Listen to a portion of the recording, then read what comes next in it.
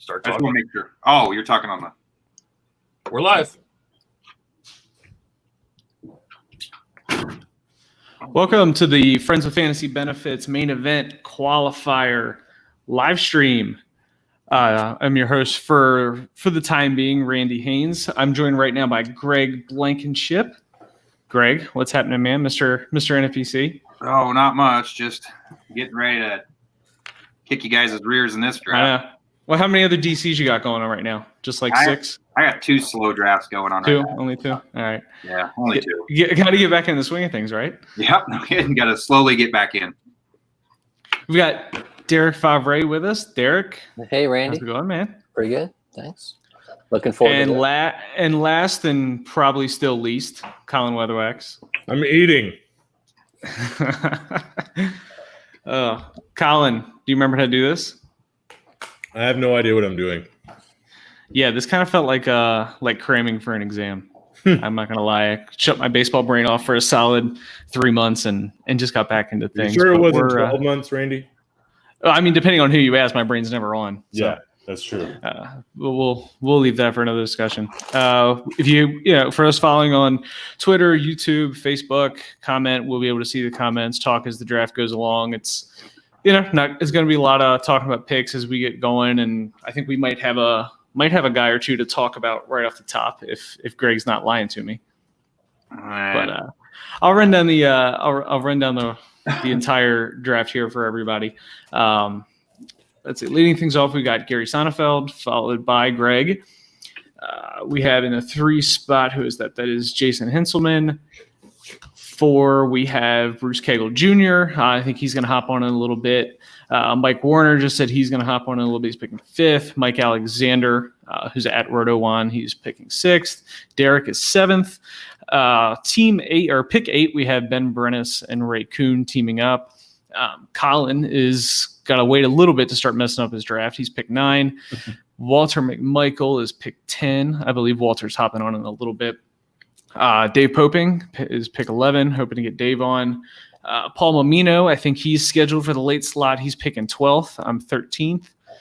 Scott Chu is 14th, and Justin Mason has the wheel. He's 15th. Justin is actually finishing up a retro draft. He'll be here with us in a little bit. So I'll be driving the bus here until Justin can get on. You mean crashing the bus? I mean, I'm sure we've already crashed it. So we're getting ready to kick off. We've got 38 seconds until Gary makes his pick. Greg, you're picking second, so we'll kind of start things off with you. If you would have drawn the number 1 slot, does the short season change anything for you at all? You worried about Trout possibly leaving for 3 games for a kid? Maybe he leaves for 14 games with a kid. What would you have done if you're 1? And tell us kind of what you're thinking there with 2. Pick 1. I mean, I was probably a Trout all year long, but now, I mean, I'm kind of figuring he's out at least 7 days. I mean, that's just kind of, you go there, you see your kid, you're probably going to have to test, which is going to take a couple days when you get back to take a test. So you're looking at 5, 6, 7 days. And if they have a quarantine of another maybe 7 days, I don't know. I'm not sure I want to take that chance with the number 1 pick. So really, I'm just going to go with playing time. And I don't know who Gary's taking here, but I got a couple things I would like to do. I wish I had 2 picks right now, but I only get 1. Yeah, the draft has kicked off, so we'll see who Gary picks here in a few seconds. He goes Yelich. He goes Yelich. So what's the call? Well, that's what I was afraid of. I would have taken Yelich number 1, obviously. I talked to you earlier about what I thought about. I won't. I know. It's Colin's boy now too. Colin likes him. Oh, then you don't want to make that pick if it's Colin's boy. So I'm gonna go with. I'm gonna take Bellinger here. Okay. I'm gonna get a Dodger. I'm gonna get the at bats. I'm gonna have some flexibility in case that we have an issue with some testing.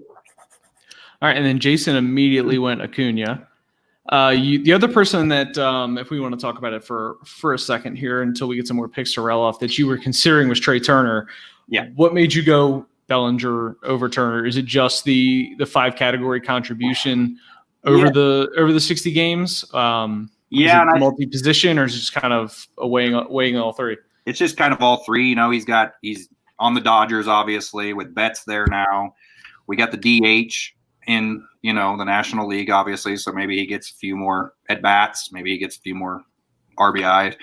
And the position flexibility in case there's testing. I mean, you know, 2 or 3 guys test positive on your team. Having that position flexibility is going to be huge this year, I believe. So, yeah, I mean, you joke about the position, you know, somebody testing positive with the position flexibility, but that's going to matter this season. Yeah. You know, usually for a 162 game season, when you're drafting, you don't care too much about, you know, you don't care too much about position flexibility. Maybe use it as a tiebreaker, but it's definitely going to matter over 60 games. Derek, you're up here in a couple of picks. Bruce just took Garrett Cole. Who are you hoping falls here in these next couple of picks, or you're just gonna, you have anybody you want, or you're just gonna kind of play the board out? Well, you know, normally I love picking in the middle, and normally I'm targeting a pitcher here, either Cole or DeGrom. Not sure I'm going to do that this time. You know, with the shortened season, I still love them there, but I was actually looking at Turner as well. Okay, yeah. Mike Warner just took Trey Turner at 5. Mike Alexander's on the clock, leaving Derek on deck. Yeah, I had a feeling Mike might have gone Trey Turner there. I think he did it in this draft last year. So. Yeah, that. I mean, it makes a lot of. Okay, so Mike gets the discount of Trout at 6. Yeah. Would you have pulled the trigger on Trout there at 7? Well, I'm glad he did, because I was debating that. No, actually, I think I'm going to go. I didn't get Turner, so I'm going to go Story here. Okay, Trevor Story at 7. We've got the duo of Ben Brennis and Ray Kuhn up at 8. And just hopping on now is Bruce Cagle, who took Garrett Cole with the 4th pick. Bruce, give us a little bit of the thought behind that pick. What's going, y'all? It's right down here, Nicole. I picked Garrett Cole simply because I think the elite pitchers will actually do well this year. Like, everyone's talking about how ERA is going to be so crazy. And yeah, I looked at it. I mean, 3 to 5 earned runs can really fluctuate your ERA for an individual player. So I look at, like, why wouldn't you go take the studs right out the gate? You know Garrett Cole's a stud. I'm not really worried about him blowing up, like, ever. If he does, so be it. It'll happen, you know. And I like whip. I'm trying to focus on whip, so Garrett Cole in the spot's just pretty easy to me. I'll take him over Mike Trout. I know the baby thing. Trey Turner's just not my cup of tea there. Not saying I understand he fits there. I put him on my projections. He popped up as like hitter number 4. So like I get it. I just wasn't kind of looking that way. Yeah, all right, so Trevor Story went 7 to Derek. Ben Brennis, Ray Kuhn went Lindor at 8. Colin, Jacob DeGrom at pick 9. Are you kind of thinking the same way Bruce is thinking, get the ace out of the way early?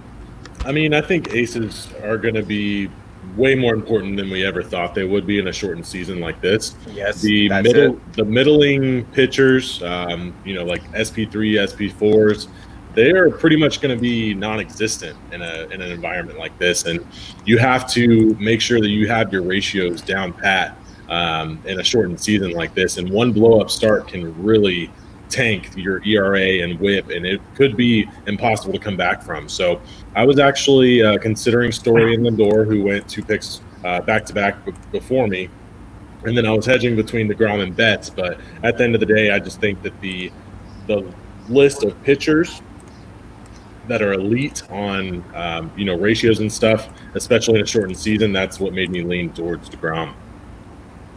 Okay, and then after DeGrom, we had Walter McMichael take Mookie Betts. Dave Poping went. Then Max Scherzer went 12, which is kind of who I was planning on getting at 13. I wasn't expecting Arenado to go, so I have a tough decision here between Walker Buehler and Juan Soto. I'm kind of thinking the way that that Bruce and Colin are thinking. I want to get the ace. They're going to be more important. You just said I was wrong. Never listen to you. But you're always wrong by default. I mean, that's not if anybody else took DeGrom, it's fine. Yeah, I'm thinking the same way you guys are. I mean, it's going to be really important to have an ace this year. I'm a little worried about the Dodgers maybe playing a game here or there with only having their guys go 3-4 innings the first couple times, which is why I would have had Scherzer over Buehler had they both been there. But we'll go from there on. Scott takes Soto. Pick 14. So now Justin is up at the turn for 2. Let's catch up on some of these comments here. Yancey's here. It's a fantasy baseball live stream, so Yancey is definitely here. He's contractually obligated. Contractually. Walter is already just talking all kinds of junk, and he's not even on the stream. So that's classic. He's hiding Walter behind right the keyboard. Yeah, you know, but what is he saying? Oh, he wants over under 2 wins for DeGrom. Was his first bet. Wow. Oh, come on, bro! Like at least 3. At least. Then he gets my Orioles a couple of times that he wouldn't have had otherwise. So he's those are at least the win right there. To turn, Justin went Jose Ramirez, Alex Bregman. There's somebody I was kind of hoping fell to me there a little bit. So I'm on deck. We'll see what Scott goes with here. I'm definitely going to be taking a bat, preferably JD Martinez. Let's see what Scott's got. I hate Justin's picks, so nothing has changed. Well, he'll be on here in a little bit to talk about his pick. I like that turn right there. Yeah, you get third and short filled in. You get some. Bregman probably isn't going to run as much as you would like. Okay, Scott goes Verlander, so he starts Soto Verlander. All right, I'm on the clock, and this is. I'm kind of between 2 guys here, both semi-similar profiles. I'm gonna go with JD Martinez though. Ooh. So I start Buehler, JD. I was between JD and Bryce Harper. Paul now is on the clock. He started Scherzer. There it is. And then Kyle, there's Tatis Jr. Well, all right, Colin, we're coming back up to you. Who you pairing with DeGrom here in a couple picks? I'm hoping Harper. Harper for sure is my top pick, but I got 2 people in front of me. But Walter usually doesn't like the people that I like, kind of like you, Randy. So I'm pretty good. I'm feeling pretty good with Walter being there, but I don't know about Dave. He's the wild card. He's got that pile behind him that just bleeds research. Yeah, hopefully it'll make an appearance here. Yeah, like I said, Justin shouldn't be too much longer. All right, Dave goes Freddie Freeman. All right, Walter. All right, let's see if Walter can stop yelling at us in the chat long enough to make a pick. Oh, so he's listening to what I'm saying then. So he's definitely going to take Harper. Yeah, he's definitely listening. And he might he goes Devers. Okay. He was in my queue, but I'm definitely going to go Harper. It's Walter. He's going with the young guy. So I got Harper and DeGrom to start. I like it. All right. Ben and Ray are up. Derek, you're on deck. What happens when they face each other, Colin? Do what? What happens when they face each other all year? Then I hope for. Oh man, I don't know what I hope for. Did any pitching you want make it back to your Derek, or what do you think? No. I was really hoping Buehler actually would swing around. I didn't think there would be such a run on pitchers early, honestly. And then of course I had Rendon next to my queue, okay. and there he went. So yeah. So I'm gonna take a little stretch.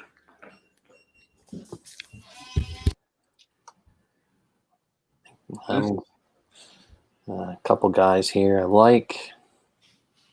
I mean, honestly, any of these guys, you could have them going at the end of the first round, and you wouldn't argue it. Yeah. I mean, there's really not a bad pick when you're in the middle of the round. Middle of the second.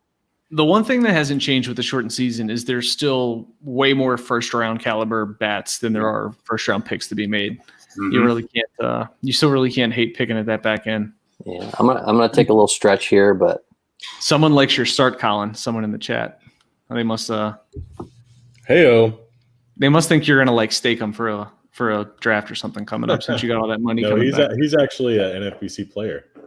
Oh, okay. Yeah, he doesn't need. Alonso. Oh, so he's scouting you. Yeah, probably. Although I don't know if I'm going to do another draft. This might be it for me.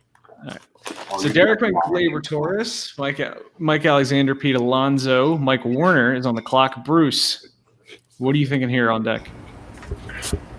See, when you guys were talking about how many first-round hitters are still available or late first-round, I mean, this is why I went and Garrett Cole at number 4. A lot of good hitting talent still there. I don't know. I can go almost anyway. It kind of depends on, some of the picks around me. I mean, dude, I love Pete Alonso there. I'm not gonna lie. That was pretty dope. That was awesome. I guess I'm the Pete Alonso guy on Twitter now. I always come to defend him, so I dig that pick. But I don't know, what is Warner gonna do? I don't really like the pairing of Alonso Bieber. and Trout, though. Just went Bieber. Oh, I don't even think Mike took the right Indians pitcher there. Yeah, no, that's interesting. So We'll have to talk to him about that. So he just took Bieber? Oh, that's awesome. Ooh. So this leaves me in a tough predicament. I actually really kind of wanted to go, the 2 aces route here, just because people are so down on pitching. So if I double up on that, then I feel like I'm actually gonna pull something out and get myself a really good lead in ratios. And I'm gonna take Clevenger here. I mean, he's a darling, and he will not make it around. You have to understand who you're drafting next to, and some of these guys really like this guy. So hell no, like you gotta be. I mean, it's tough. Cole. Yeah, so I'm gonna double it up, and I'm gonna crush you guys in ERA and WHIP right off the gate, and all of you guys are gonna be scrambling now because you have to pick some guy. Well, yeah, you'll be fine, but it's gonna be tough for people. So now they have to push up Strasburg and things like that. And Jason takes Strasburg right there after you take Clevenger. Greg, what's happening, man? Oh, what are you doing? He hates me. Well, it was either Clevenger or I'm going a hitter there. I'm not taking Flaherty. I'm not taking Strasburg. There's just absolutely no reason for me to take pitching early. I will just dominate the hitting category and let you guys have your quality start that's actually going to hurt you this year. So, you mean dominant start that's just going to be awesome? I'm going to take Bogarts because there's absolutely no reason he should be going in the late 30s or 40s. He's really good too. I mean, can't go wrong there. All right, so we're back to. Lost the draft board there for a second. Sorry. We're back to Gary at the turn. See who he pairs here with Yelich. Let's see. We got Scott Chu hopping in here. It looks like, and and here comes Walter. Walter says he wants to come on and roast some picks. So Walter, get your ass in here.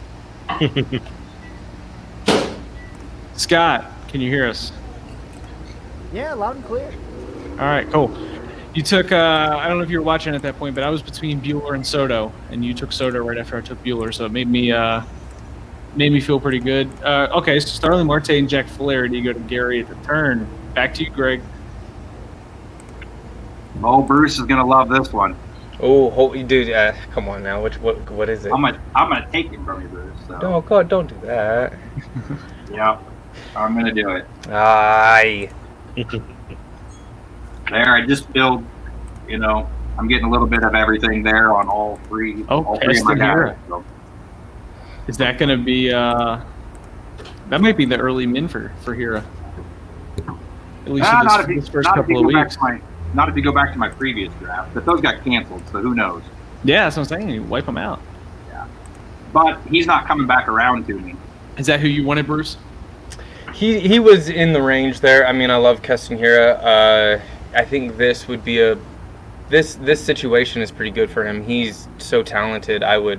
You pair him with someone that's solid. Okay, so it's more about the pairing there, in my opinion, too. So you have Xander Bogaerts, who's so dope. He's like such a solid hitter overall, and then you have Cody Bellinger, who does pretty much everything. You add Keston Hira, and if he really balls out, now you're killing everybody in the hitting categories. But if he doesn't, you're still sitting back and you're okay because you have such a good lead with those guys already. So I mean, I totally dig the Keston Hira pick. He was definitely in my area of what I was thinking here, but I'm thinking, and this is tough now. So built a pitching foundation, so I have to find someone who I feel like is going to really give me a good hitting foundation. And there's some guys out there, I think, still. But I'm going to go with the young guy, Austin Meadows from Tampa. Okay. He has the ability where he could do anything in a 60-game stretch that anyone else can. I think the 60-game stretch helps him because his counting numbers were a tad bit lower than some of the other guys. So I like the fact that we have a 60-game season with him because the counting numbers were kind of iffy at that point, right? Yeah, I mean, I didn't think Meadows would make it to me at 43. I was really hoping he would, but that's a good pick there. And if you're gonna start off with that two aces strategy, he's not a bad guy to get as your first hitter. Somebody that, like you said, can contribute to all 5 categories.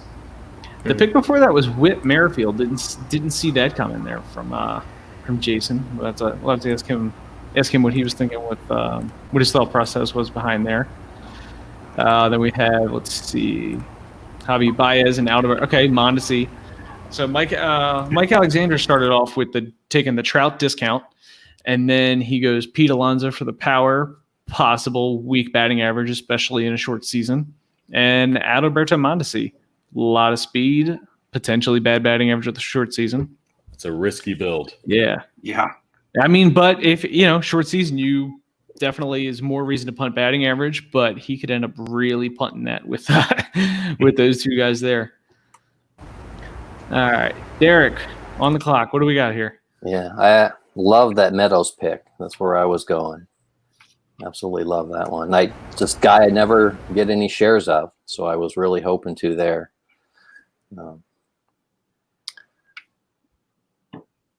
Seems like when it comes to me, I'm reaching. Seems like I'm reaching every time. I don't think Albies is a reach there. So, Yeah, I don't think that's a reach there at all. He was Were definitely you auto picked, Derek? well, I had him. No, I had him at the top of my queue. I was just looking other ways. I do have, Glabar second short, and I got Story as well. So I've got a little depth in the middle infield. Plenty of depth there, but I'll build from there. Oh, Ray and Ben go with Jonathan VR. I can't get on board with that one there, guys. You're gonna have to come on and defend yourself. Ben loves VR. Albies Yeah, was actually going to be my pick here, so that kind of hurt. It's usually not a good idea to take bad baseball players in the third round of your draft, but we'll see how it works out for Ben and Ray. Colin, We talked about Albies before, and the reason I went Hira over Albies, and I wouldn't in a long season, but it just seems like Albies is more of a 162 player for me. So I kind of go with the higher, maybe, hey, let's give me a little bit higher. Thank you. Upside. Yes. So Castillo. I love Colin. Albies, but I just think he gets his over 162, where somebody like Hira might get his in 60. So Yeah, he's another guy I just don't have any shares of anywhere else. So I figured it'd be a good time to do it here. yeah, it's a good pick. It's just, and I have a lot of him already in my DCs and everything, so might as well spread it out a little bit, right? That's right. Walter going Blake Snell. I guess Walter does not care about whip.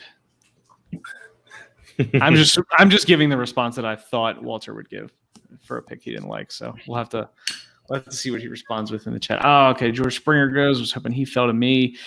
All right, here. I might get a little crazy here with this next pick. Let's see if he does it to me. Well, Can I just go back and say thank you, Greg, for saying that Albies is a 162 player. I've been trying to say that for last 3 months. This hurts Albies being in a 60-game season. That's kind of how I feel. Not terribly. It's just he's not as built for, I think, a 60-game season. So the whole Hira over Albies thing, I totally agree with that one. I thought that was a pretty good point that he threw out there. it's kind of the same thing with Acuna. I pushed him down in a short season too, because it just seems like the Braves are just set up to go 162 games, and they're going to have hot streaks. That's not saying they're bad or anything. Sure. Or it's just they're awesome. Exactly, but I feel like when you're building a 162 team, that's where I would rather take them. Where in this case, I would agree. I would rather go Hira there because I feel like in a short season, even Hira's downside is probably, I mean, he could still be somewhere near Albies or something, or Jonathan VR easily. Mm-hmm. Yep. Oh, yeah. Had a little pitching run go here just now. Clayton Kershaw, Patrick Corbin, Lucas Giolito. Two guys that were in the National League that probably get a little downgrade with the DH coming. Real quick, I'll go around the table here. Kershaw, Giolito, or Corbin. Pick one, Greg. Kershaw, Giolito, or Corbin, huh? Yeah. Oh, if I have to, it'd be Kershaw. Okay, Colin. Let's see. Probably Kershaw, but Giolito's pretty close. Okay, my vote's for Kershaw. Well, let's see. Scott made one of the picks, so we can't ask him. Derek, we know how Scott feels. I'm really nervous on how many innings Corbin threw last year. I would go Giolito as well. Okay, it's a couple different responses there. Scott, you went Verlander round 2, Corbin round 3. Is that something you were planning on doing? Coming in with this, or is it just kind of the way the board fell to you? No, it actually is just kind of how it fell. This isn't even my first draft so far since we've started back up because I have a problem. But in the other drafts I've done and even the mocks, I found pitching went early and hard, which is a lot different than what I thought would happen. So like all my prep about, I thought people were going to push pitching down. I got into the drafts. People took it early. A lot of folks doing like pocket aces and stuff. So I was really planning to go hitter heavy through these first couple of rounds. And, yet again, I am taught that the board will tell me what I'm going to pick and that my plans are meaningless and futile. That's a good line to go by. No. Nothing wrong. I like that start there. I'm on the clock, and this is somebody I wasn't planning on really getting anywhere, but I'll take him here. Yordan Alvarez kind of meshes pretty well there with JD. Got a really nice average base, hopefully, and some pop to go with that. Followed up by Ketel Marte. So for those of you that maybe can't see the screen or just kind of want a quick recap, we're on pick 5 of round 4. It's on Dave Poping. We've had some guys that went a lot higher than I thought we were going to go. I think with Merrifield, this might end up being his min. VR, he went pretty high. We had Trout fall to 5. That was a kind of a shocker right there off the bat. Oh, Walter. Well, of course, Walter took Stanton. I think someone even asked him on Twitter today what pick he was taking Stanton. So didn't fool anybody with that pick. Colin, Matt Olson there were you considering Stanton or were you happy to go with Olson there? No, I was happy to go with Olson. I was looking for a speed guy, but I really think Olson's going to have a pretty good 60-game stretch this year. He's had a couple stretches like that in the past, especially for power. So it's pretty obvious that I'm going to need to address speed pretty soon, but I'm liking 2 pitchers and 2, middle of the lineup hitters.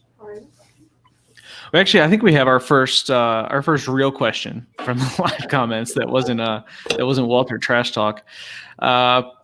When you play NFBC, what draft software does everyone like to use? And a bonus question is, can you sync your cheat sheet that he made on Fantasy Pros? Greg, do you have a draft software that you like to use? Since you're probably, I would say between you and Colin, probably make up half the drafts that happen in NFBC. It's all in my head. I mean, I draft so much that it's all in my head, and I just kind of have stuff written down. I don't really do spreadsheets. I kind of have I have a notebook with my drafts in them and kind of where people go, and I get a game plan and I kind of highlight things. So I've never really used a draft software. All right, so we'll sync your brain to his Fantasy Pros cheat sheet. Colin, do you have a draft software that you like to use, like when you're at the main event, or do you just kind of do what Greg does? For the most part, I do kind of like Greg, but I also do use the RotoWire software. I really like that one, but I usually only use that for like the main event or auctions. But as far as like online championships or draft champions, I actually just go based off my head. Sorry, Kelly was trying to peek into the live stream. It's a little early for her, isn't it? I know, right? She's doing her League of Legends lineup right now for DFS. Oh, boy. No, I can vouch for the RotoWire software. Is there any other softwares that Derek, Bruce, Scott, that any of you guys like to use for drafts? Not just particularly NFBC, but what's your favorite draft software out there? Yeah, I use RotoWire every now and then. I've looked at Todd's Zola's on Masters Ball as well. I mean, there's a connection there, obviously, but yeah, I kind of like the RotoWire's setup. Bruce, do you have a draft software to use, or do you just basically? I know you're a big guy on making your own projections. Do you kind of just stick with that? Or? I use my own kind of draft software. Currently I'm tracking like my own team while I'm doing this, my own projections. I don't know. I found that was the easiest way to do it.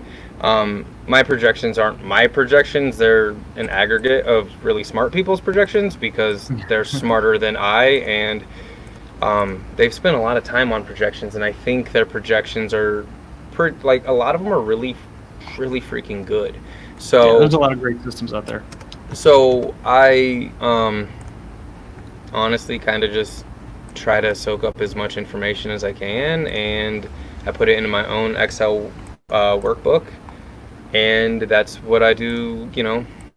A lot of my time is spent on, and I drafted more this year than ever. I don't know, like not like Greg and Colin over there, but I had like 12 or 15 teams before we cut it up. So I really implemented different strategies on a bunch of them, but I liked using my own, honestly. And Scott, do you have a draft software you prefer, or do you kind of just do a mix of everything? I don't use draft software so much anymore. Part of it because it took me a lot of time, and like I'm not in undergrad or like law school or anything where I have the time to like ignore a class and really prepare that software the way I wanted to. To me, the big thing was just being able to put in the projections that I really wanted to use and the valuations I wanted to use over the sort of automatic rankings and projections that any particular website will give you, because the ones you get from Fangraphs or from Todd Zola at Masterball, those are probably going to be to me a little better than the ones I've run into that are like built into Yahoo, ESPN, and NFBC doesn't even give you projections, just last year's stats. So I like having those. So now what I use is more of like the Fangraphs auction calculator, the stuff from Masterball to give me a good sense of like those valuations. And then then it goes into my head when I'm actually like up to make a pick or making my queue. That's when I'm sort of fine tuning based on the way I've built my team. But at the very least, I'm using other people's projections, and they're always up for me, and that's how I'm sort of narrowing down the field when it comes to my turn to pick. Yeah, the auction calculator at Fangraphs is a great tool, and there's a lot of different stuff you can do. That a lot of fun stuff you can do for all kinds of different drafts, etc., and settings, and you can take them and they export right out of the auction calculator, and you can play around with them and jazz them up for yourself. So I hope that answers your question, Richard. We got the first closer off the board here. Greg, you went with Roberto. Oh, actually, I missed where Hader went. Dave took Hader last round, so maybe a little closer run starting here. Roberto Osuna goes the second pick of the 5th round. Oh, and Bruce takes Kirby Yates. It's almost like he's on the stream. Yep. There goes Yoan Moncada. So we might start seeing a little closer run. So Walter says nobody cares about our stats. Well, and that Bruce's fan club is okay. Charlie, I was kind of Mike is kind of getting some values here. You got Trout following at 5. He takes the plunge with Blackman, pick 66 overall. 6th pick of the 6th round.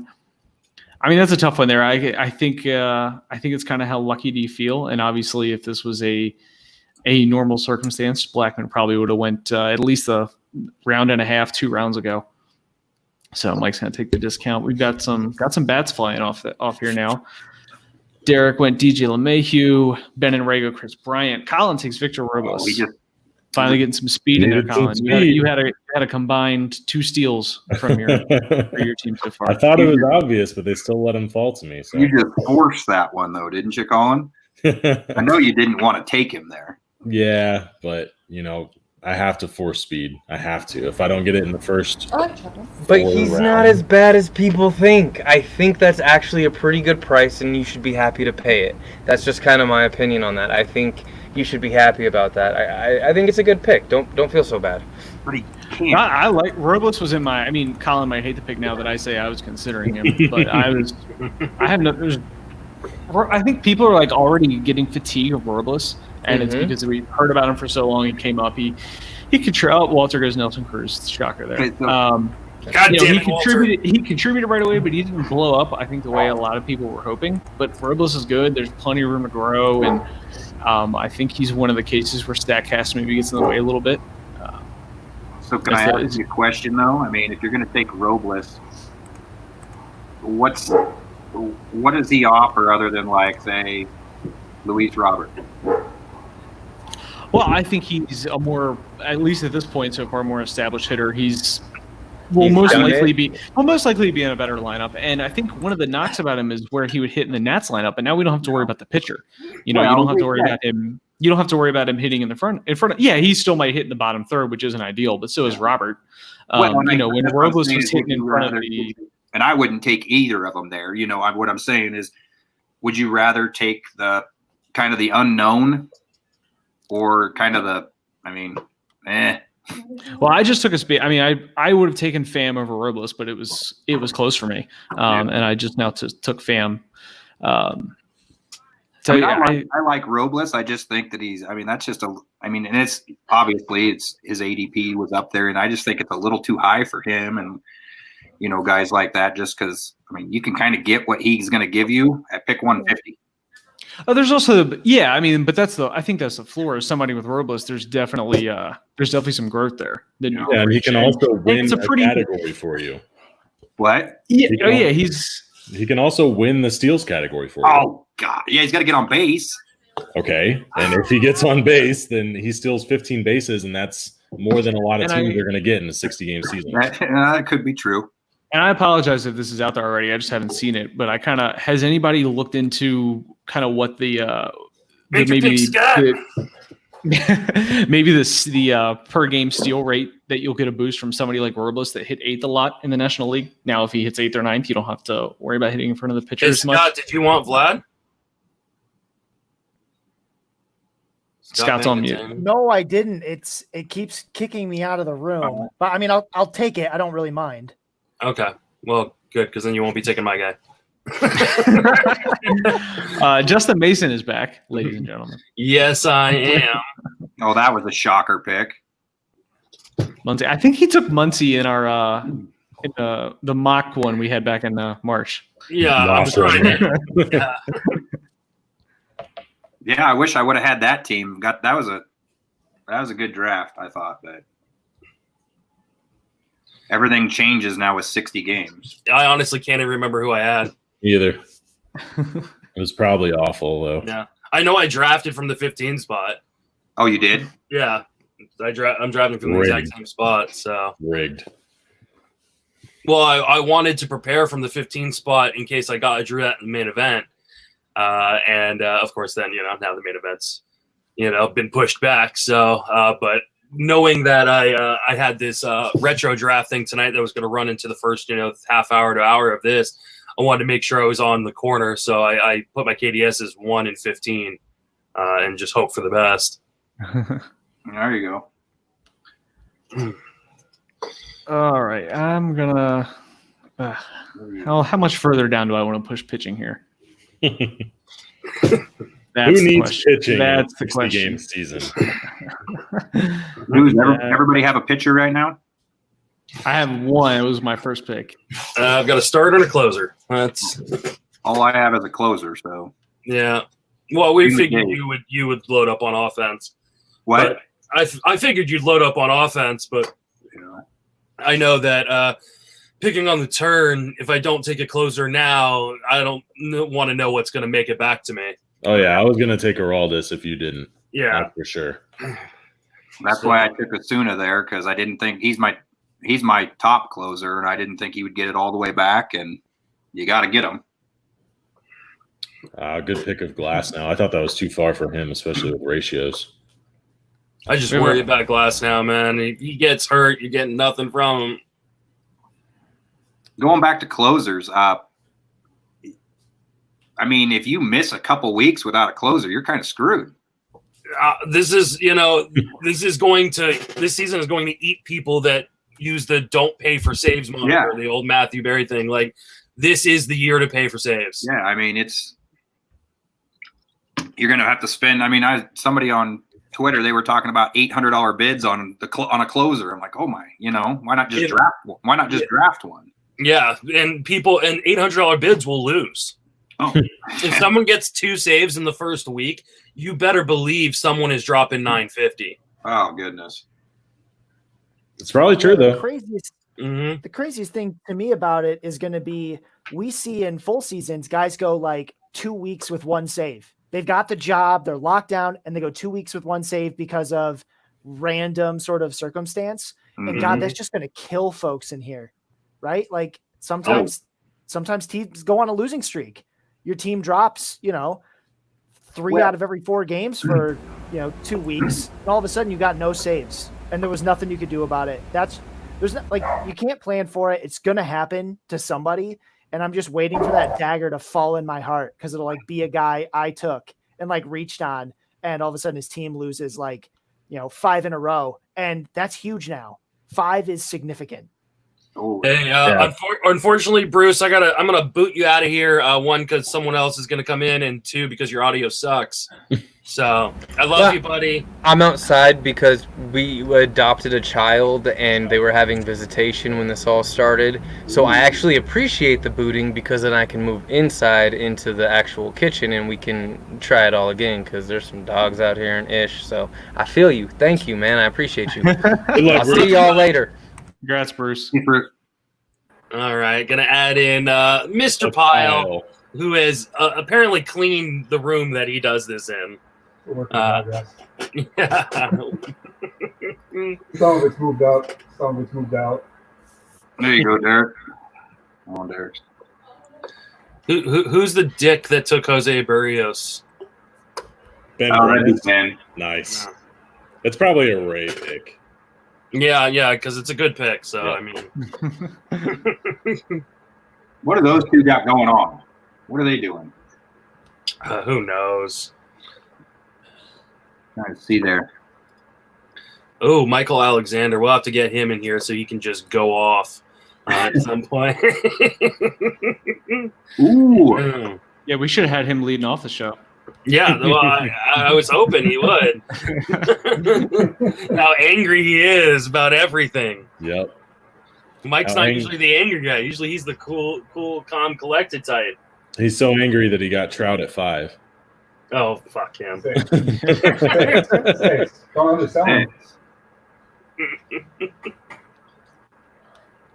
Yeah, Trout at 6. I mean, that's why I don't really want those picks, because I don't want to have to make the decision. Get me either at the top or clear at the back. You don't want Mike Trout at 5? I don't want to make the pick. I honestly have a feeling he's going to be out 2 weeks. I mean, look at what's going on in Texas right now. You're telling me they're just going to let him leave for 3 days and come right back? I mean, yeah. I mean, if I'm gonna get some bad luck, I'm okay with getting bad luck with Mike Trout. I mean. Yeah, that's maybe that's just avoidable luck. I'm with you, Greg, in these 15-team leagues where the waiver wire is bare, but in those shallower ones, I don't care. I'll take him as early as I don't know, 4. Yeah, it'd be hard for me to take him above taking Mike Trout at 4 is a real hot take right there. Yeah, I know, right? That's me. Hot takes. And I mean, obviously, NFBC is different where you don't have the IL, to stash him on if he is going to end up missing 2 weeks. But man, he's missed a quarter of the season before and still been a top 20 player. And then you get the upside of him just balling out for a whole 60 games. Or 57 games or whatever, and he's the best player in fantasy. So, If in this draft, yeah, I would take him. In the NFBC main event, ooh, I'm with Greg. I hope I don't have to make that decision. Nice pick of capacity, Greg. What? Nice pick of Castellanos. All right. Got a pitching problem, but we're good. Josh Bell. Oh yeah, Greg. You gonna take one here, or what's going on? I don't know yet. You don't know yet. Hunting pitching. Interesting concept.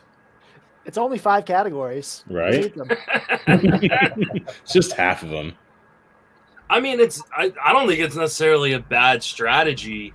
I'm not punting pitching. Punting starters. Yeah. And I mean, in a standalone league, you probably get away with it. I don't know. It'd be hard to do it in a 15 team with an overall. Yeah. Well, I mean, honestly, though, here, I'll take one right here.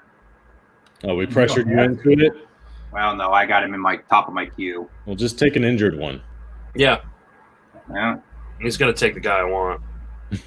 You're like 15 picks away. It doesn't matter. I know. Oh, you dick. Oh.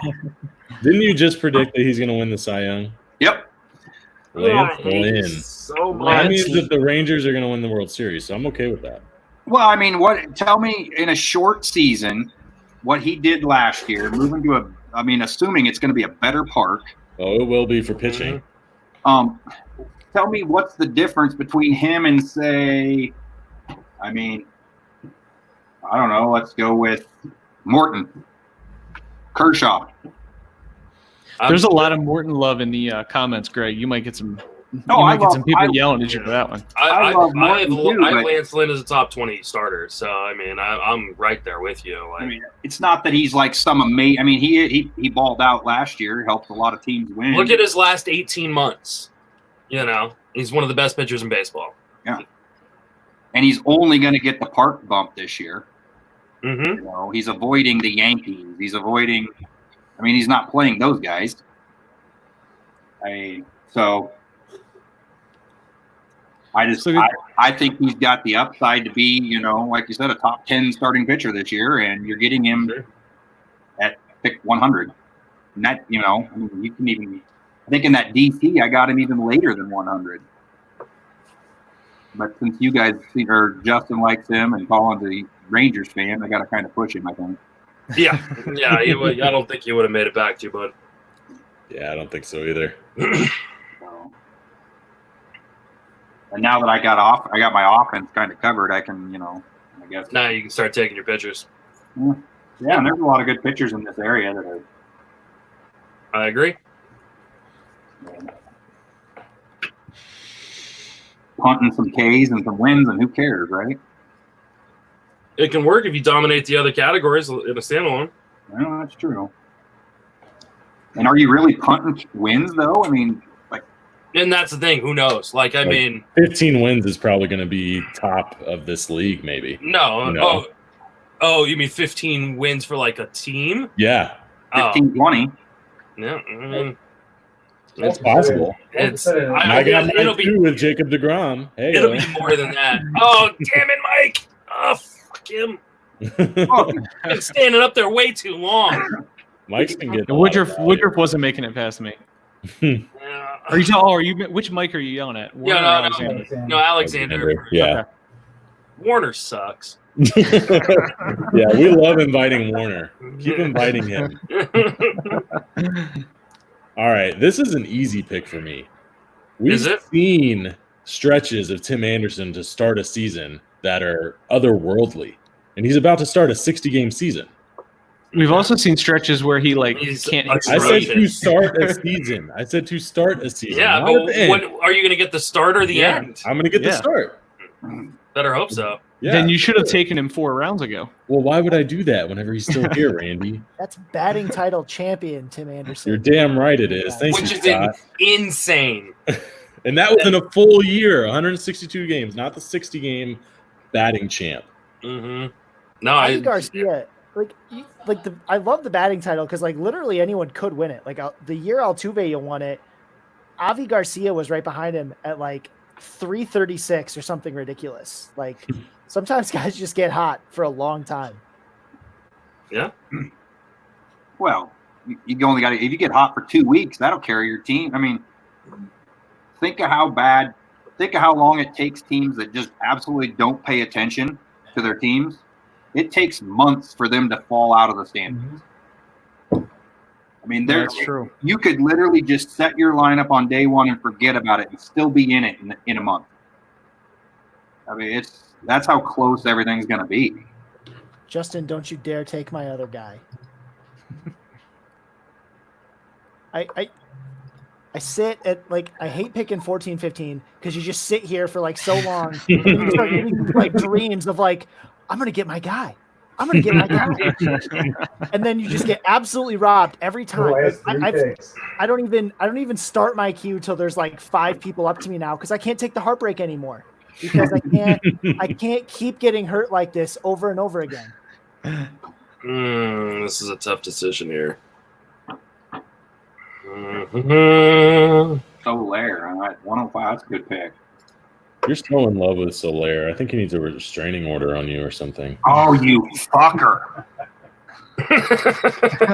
Got my 2 closers. I mean, come on. You can't. Really? Giles there, huh? Mm-hmm. Nice. I had to. He's picking on the turn. Pick, so. Yeah, I'm picking on. I mean, what's going to make it back to me? I don't want to play the games with the guys who can lose a draw. Yeah. We're talking about Texas. Well, Clerk will be there. Awesome. He's lost the job before. You know, it was the he reason. has a less of a sample size to actually. I mean, in a Kyle's large. also hit himself in the head and decided to take the rest of the season. In a larger season, I probably would have taken Diaz there, but Diaz lost the job last year. So, like, how comfortable do I feel there? Oh, and I mean, Giles was fire last. I mean, he didn't get a ton of saves, but he pitched. When he did pitch, he was awesome. Yeah, when he did pitch. Don't forget why he's in Toronto. Relievers have a sample size problem in a full season. He was hurt at the trade deadline last year, or had a little bit of an issue. So if he wouldn't have been hurt right around there, they would have traded him, no problem. But, and they could be a team that goes, hey, in a short season, maybe we get hot the right time and we go for it. You know, you started something, Justin. Yeah, it was the hope. Yeah, there's drown the pool. There were still a bunch of closers there, none of which would have made it back to me. But there was one starter that I was, that was a tough decision here. I can't. But yeah, there goes your closer. There goes your closer run. See, Scott, like you said, picking on the end sucks in a 15 team.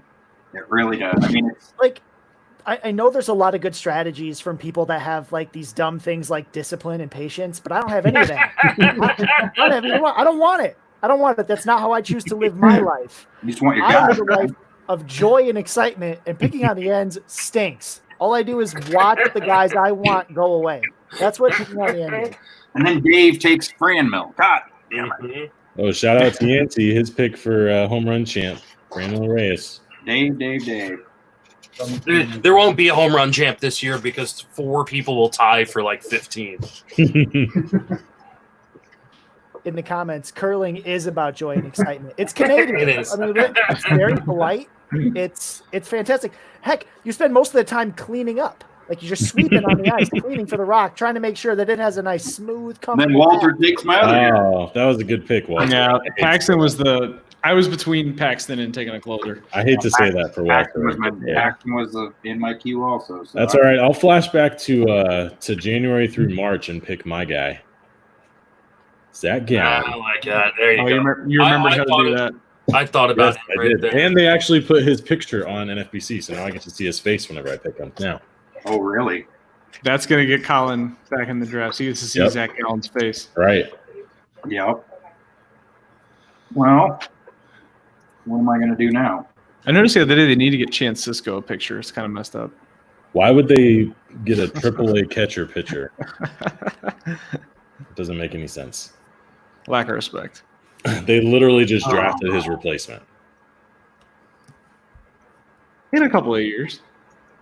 Yeah, while he's still in the minor leagues. No. They did not fix his face, baseball pods. What is Oh, Mike? they didn't really? Nice. No, they have not. It's still Baseball it's still Pods who are. doesn't know the rules on saying names in the chat. It's still whoever the hell that is. Has anybody figured out who that is, or am I just dumb and I should know who it is? I think it's one of the lows, but I could be wrong. Okay. Bruce is up. Robert Chad. Low. All right, who hates their team? I hate your team. Yeah, no, I figured that, though. I have no flexibility whatsoever. I have a first baseman, I have a shortstop, and I have 2 outfielders. That's it. I have no positional flexibility. You have no one to blame but yourself. I'm in, Where is same- Brock Holt? same- You I'm need in it. the same boat with you, Colin. Marwin, though. Except I have 2 first basemen. Marwin. So. Marwin, yeah, Marwin. I'm going to put him at the top of my queue. I really care about positional flexibility at like pick 250.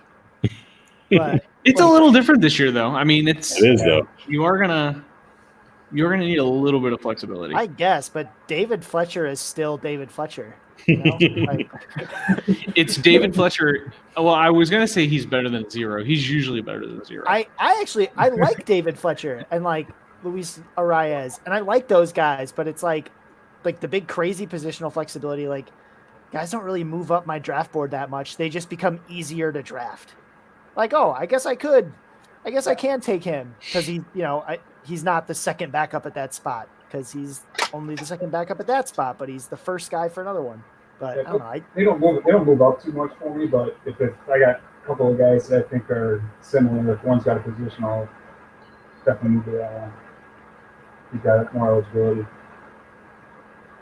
I always thought I was like that too. Like, oh, it's a tiebreaker. But I'm starting to think about it more. And I'm like, when have I ever let that be a tiebreaker? Like, at least early in a draft. Like, does Alex Bregman move up my board because he's third and short? Like, because I kind of end up taking guys who are ranked very similar, like Nolan Arenado, over him every time anyway. So, like, when am I making this like tiebreaker? Like, because in theory I would. I just don't know when I ever do. Well, maybe we'll find out here with your next pick coming up. It's not coming up. I'm at the corner. Like nothing's ever coming up. I'm picking or I'm never. Those are my only 2. I'm picking or I'm never going to pick again. That's all I have.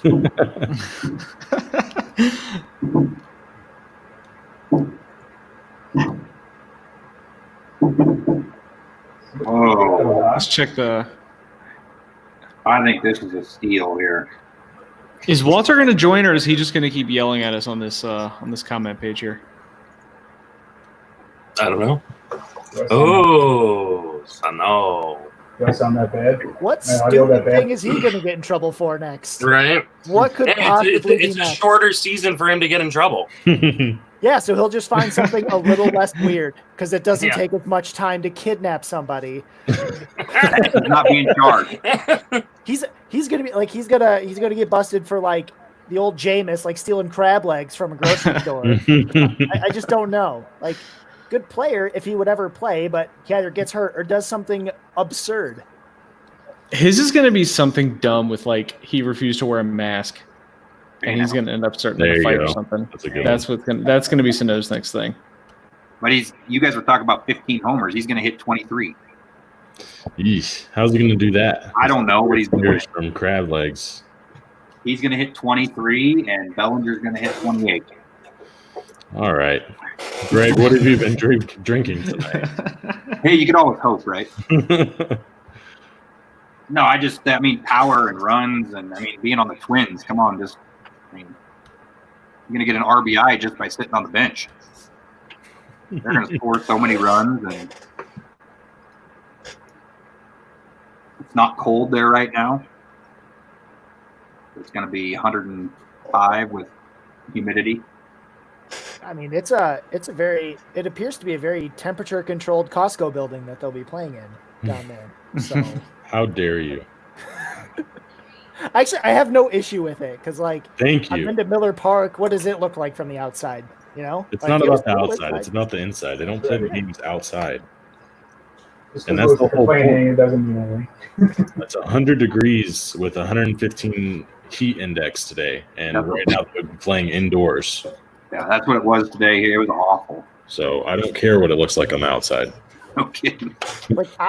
I'm a Tigers fan, and I go to Comerica, and I get overheated and sunburned. One, because I'm a ginger, and that just happens to me. But two, it'll be in like August, and it's like 80 degrees, and I'm just like sitting in the chair, just like frying and being hot and uncomfortable. And then I'm like, oh, they played in Texas today. It was 102. Oh, tough break, guys. Like, don't All tell right. you. Who took Kyle Hendricks? Fucking Bruce. Bruce. You're fucking fired. You already kicked him off the chat. Yeah. Oh, I God. got him at like 175 in the DC. I just did. I just picked him. Motherfucker. Where did I get him? This is a guy I really like in a short season, That one- especially with the DH going to the NL. Oh, doll. David Dahl. Yeah.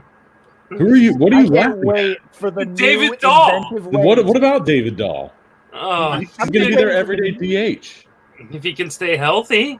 He's going to be a DH. That's the whole Dude, thing. he gets injured tying his shoes. Oh my It's God. not just that. The Rockies like refuse to treat him well. Like they just jerk him around. I remember there was like a 10-day period where he started in 6 different spots in the lineup at 4 different positions. And he won't be the DH. Daniel Murphy will be the DH. No, it's the Rockies. It'll That probably can- be Blackman. Yeah, it's They'll probably DH Blackman whenever they can, at least at the start, I would think. My room is loading. Hold on, guys. How much time do I got left? The Rockies Like, refuse to like do like if the Rockies think that you know what they're gonna do, you random fan who's not their They will opponent, play they will Matt change Kemp. it. Yeah, they will change it. They don't want anyone to know. That's like their secret strategy that Dave, no do we one need will know what we're comments? doing, including ourselves. Are you good, Dave? I think so. You You guys take- hear Is that me? who you wanted? Yeah. Okay. Did it auto? Yeah.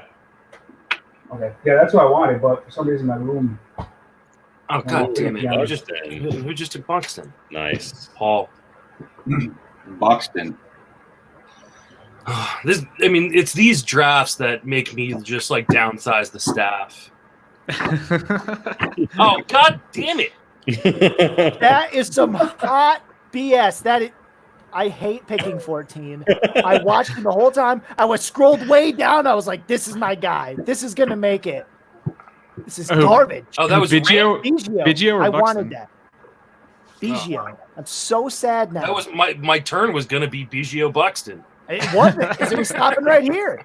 That wasn't happening. They're the same player. It's speed. Yeah. What you need.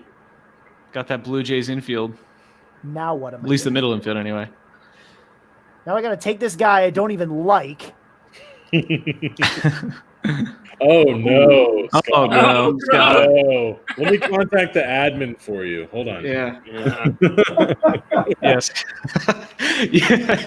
Hey, at least you owned it. You're like, I'm not gonna like this pick, and you immediately get like, oh god, like 3 or 4 guys. I feel good about the batting average I've assembled till now. I needed stolen bases and not zeros in other categories. He And I'm wasn't going to running get out of playing options. time in a 162 game season. What do you expect in a 60 game season? I spent all of last year just being like, this is going to stop. He's not this good. And then he didn't. He kept going. And so I do think he'll get playing time somehow because He had it whenever Willie Calhoun got injured, but now he's back. I'm taking a leap of faith. I don't know whose picks are more obvious, mine or Justin's. Maybe it's just because you're constantly on pods and things. Whatever you get, it's oh, yep, he's taking them. You fucker. Cursing at people. Oh, damn it, Justin. I was hoping you didn't go back to back there, Justin. How are his thumbs? I mean, there's been a lot of off time to play that Fortnite. So Mm-hmm. They're strong. are they? Yeah. Yeah. Yeah, I like this. Waited a little bit on starting pitching. Giolito, Kents Maeda, David Price, Chapman. Giles. That I like that pitching staff. Yeah, that's good. I mean, that's kind of where I'm at. You wait on pitching a little bit. Look what you end up with. Yep. You know, and then you got all the good bats too. You know, you started out with Ramirez and Bregman. That's a hell of a start, I'd say. I mean, Yeah, I was thinking about it, Scott. Now I'm stuck. Except now you aren't stuck and settling on Danny Santana, so you're welcome. No, I've never been that stuck where I've had to settle for Danny Santana. But I am stuck. Just pick your boy Chance Cisco. Don't say I won't. What did we say about talking Please about do. guys that's on the board, Colin? do. God! Etiquette 101, this guy. Come on. All right. I took JT early. That's kind of. Ugh. Where'd you take him? What did I take him at? 4th round? Oh, that's not that early. Well, for me, it is. In a 15-teamer short season where he can DH on his off days. Well, I'm usually an 18th round catcher, you know. Yeah, no, I mean I am too, and pretty much if I don't get rid of Mutu, I definitely am. But short season, he's got so much more value than any Yep. other catcher, doesn't he? Yep. I mean, I just want to say that my favorite thing about this season so far is just like I can't be wrong because I'm using that short season modifier at the beginning of everything I say. So like I feel like I just have the ability to be so much more creative. Like, wasn't that a bad pick? But you see, it's a short season. Yeah. there you go. So And my wife asked me to take out the trash. I was like, listen, it's a short season. I don't know if you're going to have time to do it. Yeah. anything could happen. You know? Can't squeeze it in. You know? What we'll do is High risk, high reward. we'll play it by ear and we'll see what happens. It might take itself out. Short season. We don't know.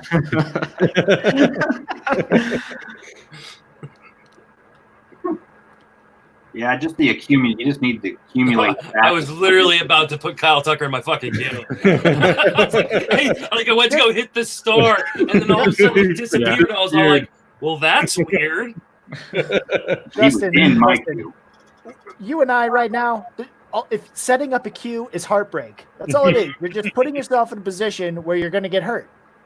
Like nothing, Oh, no, for sure. nothing good will come out of it. Just at best, you'll pick a guy who makes it, and you'll stress about it the whole time. Yeah. So just letting you know that that's what's going to happen if you keep putting guys in your queue right now. Well, yeah, I like having someone in there. Huh. You're a slave to logic and reason. It'll You be know, your downfall. I am what I am.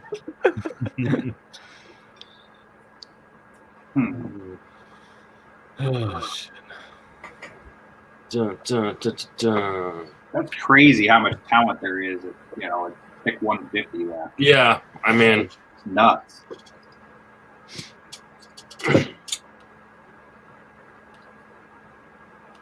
That's why I say when we're talking about these first drafts when there's not any really new ADP yet, it's gonna be the Wild West. Oh, I can't wait. I'm so excited for that first draft. I literally have no idea what I'm doing. Well, but that's nothing unusual. Yeah. See, that's the beauty of it is I'm very comfortable right now because I know as much now as I ever do. Finally playing on an even footing, huh? I live in this headspace, folks. Like I'm in my element. It's you all, you prepared folks, you people that are good at this. You're in trouble. That's what I'm nervous about. I don't know if anybody's really prepared for this. Yeah, I mean, it's. Kind of a crapshoot. I mean, there's obviously skill involved, but you're gonna have to dodge a lot of landmines. Mm-hmm. You know. Well, we were talking about that the other day about what happens on Sunday when Fab's over, and you find out on Monday you do or don't find out that your 3 of your guys have COVID. Well, and I mean that's the thing.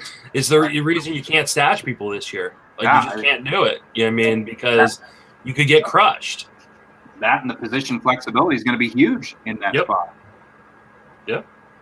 So I love my boy Max Muncy. Oh.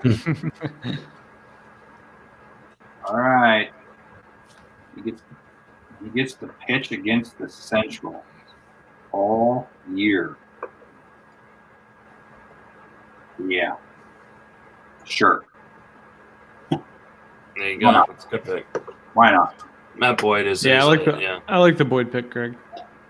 I was sort of. I mean, unfortunately, he doesn't get to pitch against his own team, but It's actually interesting. I was looking at the Central, like both Centrals, because I was looking at some platoon guys, and there are like no good left-handed starters in either Central outside of like Matt Boyd. It's like Matt Boyd, and then there's like Dallas Keuchel, and then there's a bunch of guys. there's one guy I like, but Like, there's plenty of good righties. I didn't find a lot of lefties over there. So you said lefties. Never mind. yeah, just lefties. That was one more. There's at least another guy I like. Yeah. Yeah, no, You said lefties. lefties. I was like, oh yeah, no, you're right. It was kind of bizarre. Who do I need here? That's probably one element to this I hadn't really thought about till recently, and it was usually like you play like the teams play enough teams outside of their division that they see a variety of arms, variety of like a variety of parks, but now they're simply not. Mm-hmm. I'm gonna go with And like I was diving into the Oh, Central, and nice it's like pick, Greg. the Central's quite favorable to left-handed hitters, and yeah, that was who I was going between. there's almost no good left-handed pitchers. You're starting to build on a little bit of a staff there, Greg. Well, I was between Minor and Ryu there, and Ryu's got Back in those Rangers pitchers. I like it. Mm-hmm. well, but Ryu's a good pitcher, but You just better hope Texas doesn't get COVID. Oh wait. Oh, wait. can you imagine pitching in that East this year though? It's just nonstop. I mean, if Ryu has a 2-start week, you're not sitting him, especially if you're picking him at pick 150. And he gets blown up once, your season's over. I mean, if he gives up, 8 runs in 3 innings, you're done. Polanco's a good pick there. Polanco. Oh, Mike took your boy, Justin. Yeah, it's okay. At this point, I've got pitchers. And, I mean, just Martinez, I probably need to drop him quite a bit. I mean, for people who are listening, Carlos Martinez, I just worry about his injury history. I worry about his head. I mean, how many seasons now has he either been injured or not finished the season? God damn it, Alexander. Motherfucker. I mean, less time for Martinez to do something stupid at least. Yeah, but I mean, like, supposedly got moved into the bullpen because he kept showing up late for starts. Like that, nice that does not inspire a lot of confidence. I like that pick too, Derek. The DH I love JD Davis with that DH now. Mm-hmm. I mean, hide his defense if they need to. Though, I mean, Cespedes will probably play a lot of DH too. maybe. But who knows how healthy he'll be. Yeah. But I mean, they rotate in. JD's going to play every day. I think they'll find. I mean, they got to get his bat in there. Last year, I don't know why they didn't have him in there every day last year. Geez, it's not like they were. It's not like it wouldn't have helped them. Mm-hmm. It's like Garver last year. Every time you turn around, the guy's hitting a homer, and then he's sitting. It's frustrating. That is not who I wanted to put in my queue. Colin with Mad Bum. I hate my draft. Well, that's good because I hate it too. I did not rank Mad Bum in my top 60 pitchers. Really? Ooh. Yeah, that's how low I am on.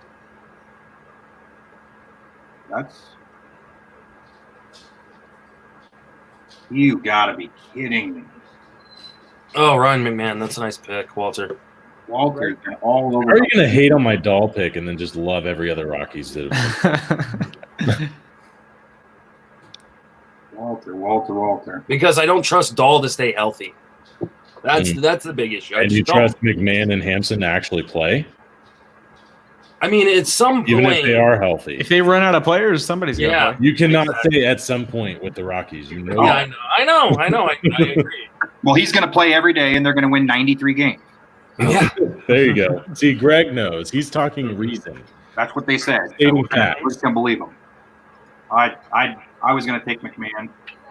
I mean, once again, position eligibility, and I'm gonna do something crazy.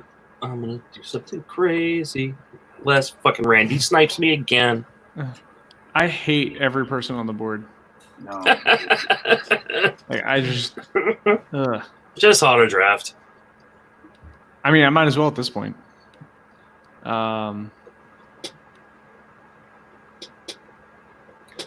I'm just waiting for my heart to get ripped out. Yeah. That's Me too. all I'm really doing right now. Justin's going to go with his boy here at the turn, isn't he? Which one? I'll wait. There's a lot of them. Still, I like mediocre players. This is like my range. Oh, this one isn't even mediocre. He's just bad. Oh, how dare you? That's a good pick, Randy. That's one of the closers I'll wait on a little Whoa, bit. Scott! Oh, Puig. Is that on I love purpose? Puig. I do too, but he doesn't have a team. He will. Short season, guys. Short season. Oh, there it is. Knew it. He's Yeah, of just course bad. you did. I thought about taking him just to hear you curse, but I didn't need the speed. I The need Chris it. Davis turn. That is a hell of a turn. Is that the winning? Is that the winning turn? Is that what they're calling it now? Polar opposites. Right? Punting Way batting better. average. I feel way better about my Puig pick because at least I got a guy who can hit. Only if he's on a team. Yeah. Doesn't matter if he's not on the team, Scott. He That- can that- be hitting in his I mean, backyard. He'll be on a team, but like if he's hitting in San Francisco, how much do you care? I mean, it's still a steal at 160 something. I mean, he But hit in LA pretty well. I mean, a lot of people hit in LA really well. if Puig comes out and hits, he's gonna DH. I just feel like he's got a lot of his mojo gone now that they're not allowed to fight. Well, do you think he could hit 11 homers and steal 6 bags? I think he could. I mean, I don't think it was a bad pick. That was I'm a bad frozen. Yeah. I'm frozen. pick. Yeah, No, you want no, to no. Carrasco. Did you want Carlos Carrasco? No. Can I don't you want him to refresh? die. I hit contact There you go. Eggman. There you go. Yeah. Sorry. No. Who do you want? Short season, Scott. What I want is Lorenzo Kane. You fucker. No, he's got to keep. Don't let him. Scott, tell Type into the chat. type into the chat that you want Kane in place of Carrasco. I'm gonna call Derek and tell him that's illegal. You can't change your mind after the fact. You know, I really like Carlos Carrasco. Thing is, I don't want him to die. So, like, I kind of don't want him to play. I mean, that's fair. So He's okay thoughtful with of you. that, but Carrasco. That is very fair. My outfield's gonna be looking tough. All right, I'm I gonna have boot plenty of somebody who wants to get trade to booted. you. You can boot me if you want, Justin. Who is that? I have, Me, Randy. Okay, I'm gonna boot Randy and bring in Bruce back. See if his audio is better. It's not. It's not. Are you guys upset, or is it not really better? You've got some sort of static. Fix your shit.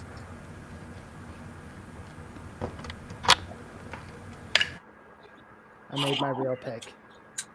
Ooh, I appreciate very well. everyone's patience. Oh God, Randy gets booted and takes Denelson Lamet. Damn. Bring him back on. Paul. He's gonna get 3 I'm stars. gonna on remove Paul. Bruce just to bring back Randy to just mock him. What What the hell are is you wrong doing? with you? Well, Paul just took a starting pitcher that he's gonna get 2.5, 3 starts out of. Are That's the you same thing that Randy punting did. ERA, WHIP, and runs or and wins?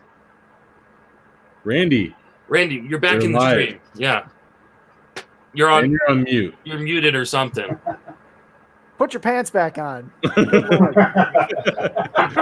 is a family show.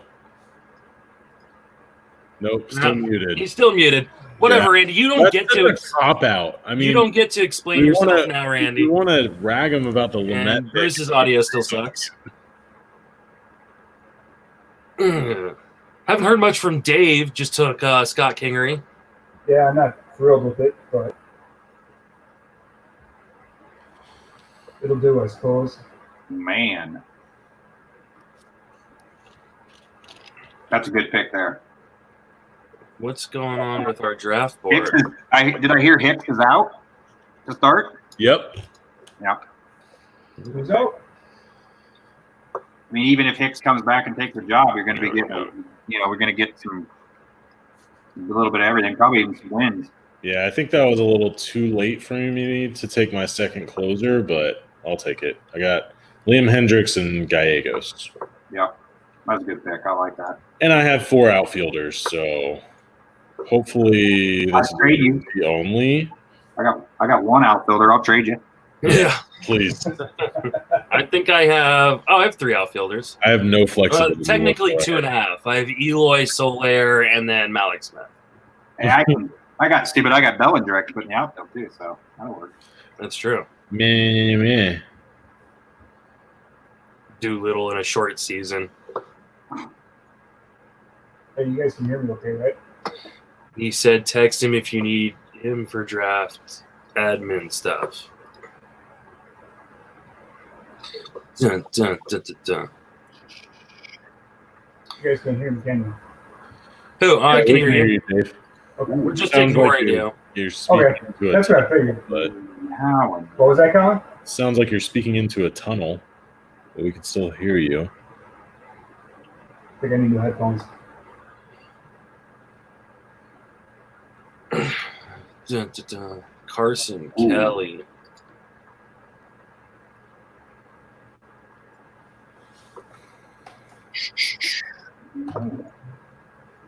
Not gonna lie, I like my team.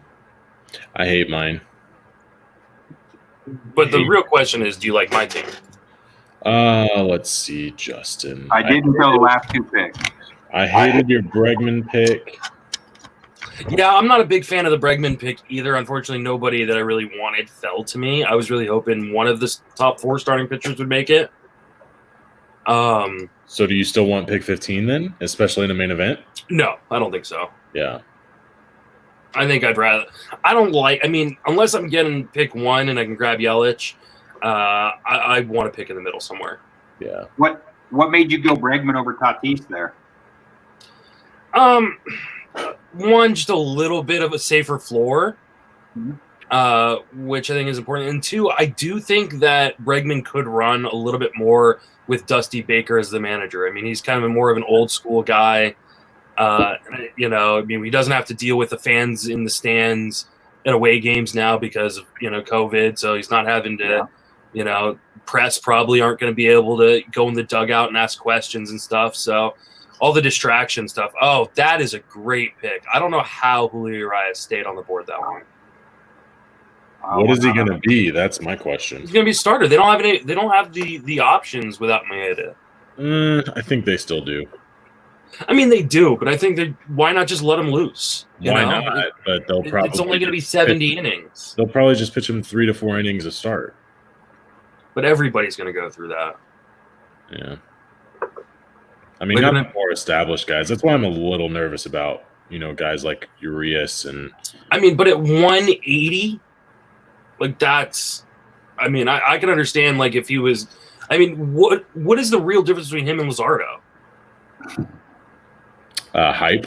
That's about it. Yeah, I mean, Luzardo shouldn't be going.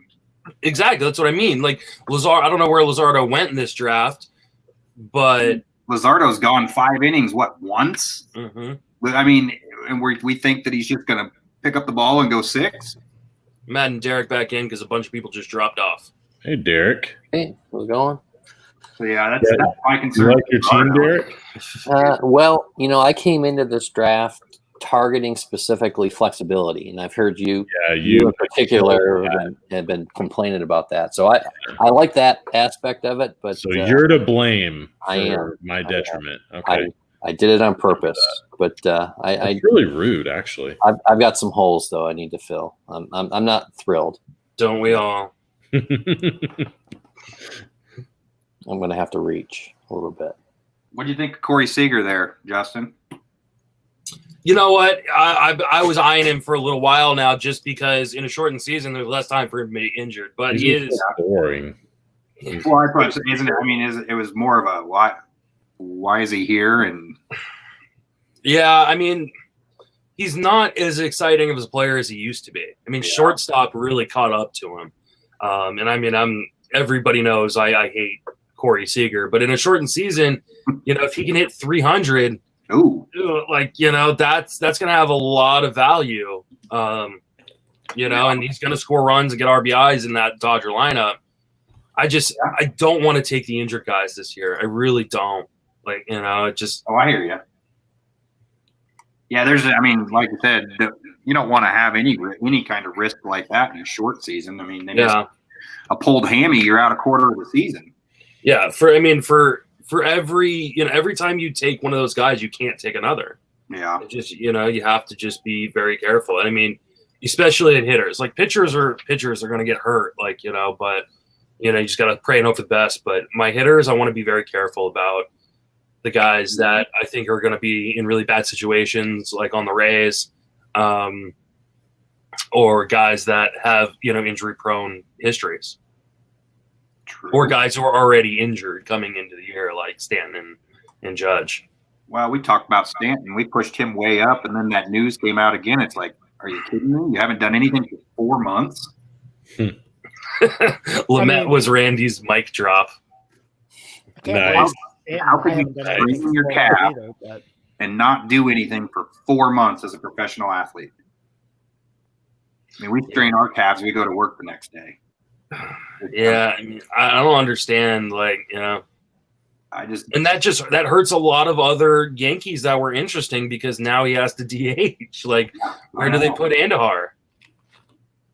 My thing is the first couple times he swings, does he hurt his something again? I mean, is he just broken? He might be.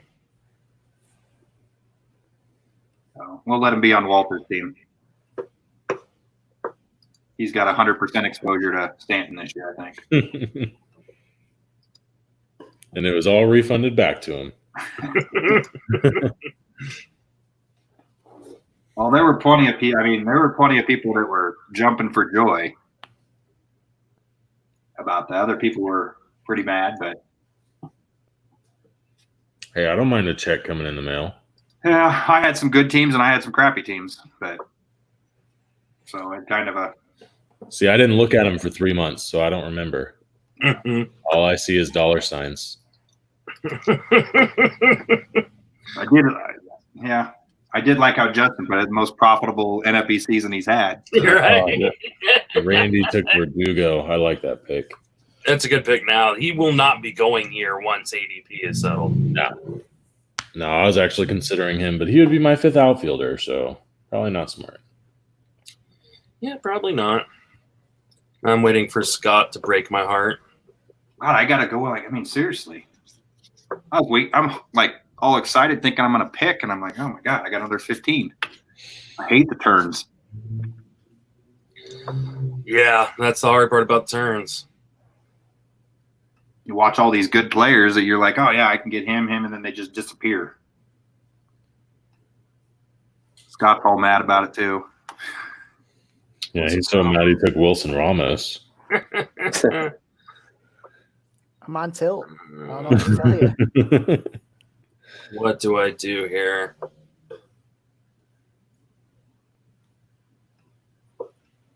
Oh, do I take my boy or do I not? Walter in the chat, he's asking if we can start trashing people's teams already. Colin's been doing it to himself the whole time. I really have been. And if he really wants to trash some teams, maybe he can man up and get on the stream.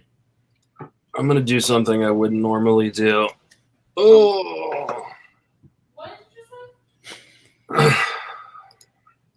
Him there. Him there.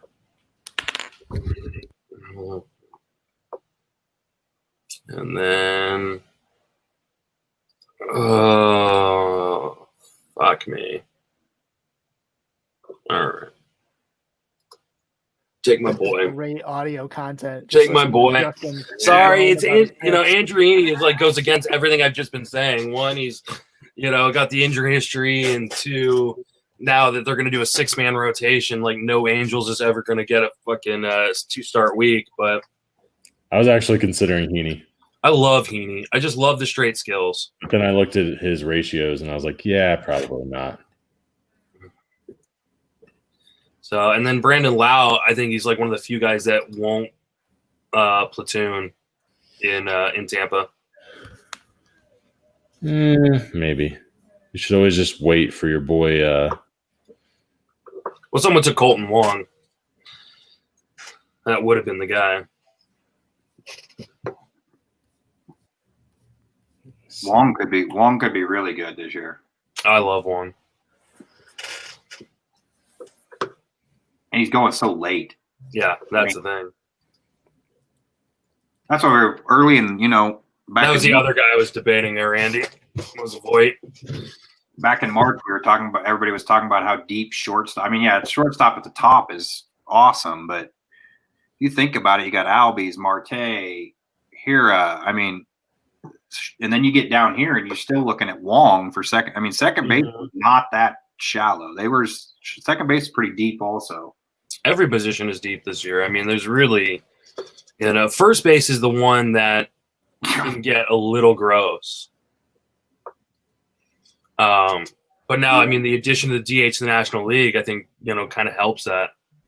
Yeah. I was waiting for someone to make that comment, Walter.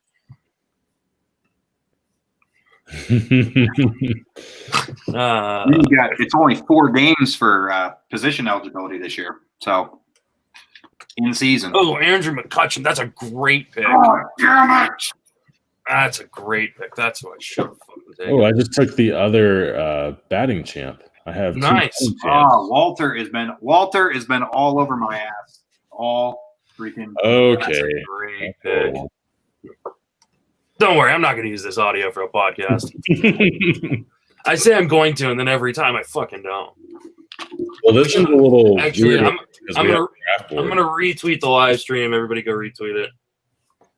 We have the draft board, so we're not really saying like recapping the rounds or anything. It'd probably make for a pretty bad podcast. It's mostly just listening to Colin trash himself and like Justin groaning every time he has to pick, which is great audio content. Let's be clear, that is top notch. Well, the last time we had an audio pod, didn't people like quit? They're all fit. Heyo. That was good times. Yeah. That was fun. Who does Mike take here? He's like just looking over his DC teams while he's in here just throwing fit. Oh. What do I even need? I'm just Everything. I do.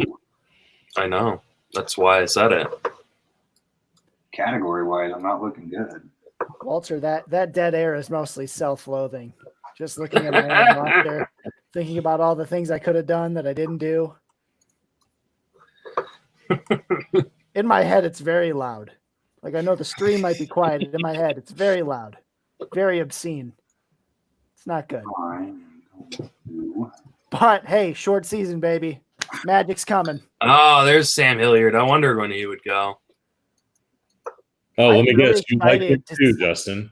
I mean, yeah, I don't love it. Okay, well, I just looked at your queue and I see Matt Kemp at the top. So Yeah, it does. I'm Because really you know excited he'll to play. see how the Rockies justify not playing Sam Hilliard this year. I think they're going to be, with the DH, very creative in how they keep him on the bench. Put Daniel Murphy out in center. Not outside the realm of possibility. Is it my turn almost? Sweet. You know what's worse than picking on the turns in a draft like this? Picking on the turns in a slow draft. I've been in these eliminator leagues for fantasy football, and they're 17-man leagues. And it's like I get an email every few days, and it's like, I guess that draft's still going. I just go on auto. Oh, it's just atrocious. They'd kick me out of the league. How about that? Sounds about right.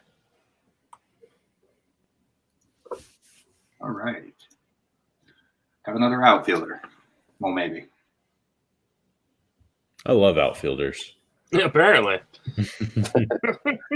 How about There you go. I talked positively about my team for once. I don't know if that was necessarily talking positive about it or not, but I like that staff though. DeGrom, Castillo, Gallen. that's a sick ass staff. Love that. And that's where the love. All national leaguers too, so you know their stats aren't going to be as good. Yeah. That's gonna take some getting used to for me. It really will. The DH in the National League is just gonna be one of those things that I have to get used to. Welcome to the future, Justin. Apparently, The way it always should have been. Weatherwax looks like he's been quarantined since the World Series. What did you say? Draft sheet said Weatherwax looks like he's been quarantined since the World Series. Now it's a party. That's the nicest thing anyone said about Colin this I entire know. time. So. He's not too far off. I am in Texas, so It's not wrong. you need to get into some more drafts, Colin. You got to get back in your groove. no thanks. I'm trying to talk him into it. I'm good. Them partnering up. I'm trying. He's trying to court me, although Yeah. I haven't received anything in the mail yet. So Oh, I show up in person, buddy.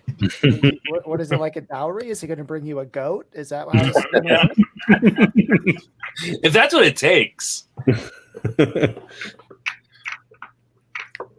I kind of hope that it is. I kind of hope that that's how, like, these people that team up for the main event, it's just like an exchange of like livestock and like brains.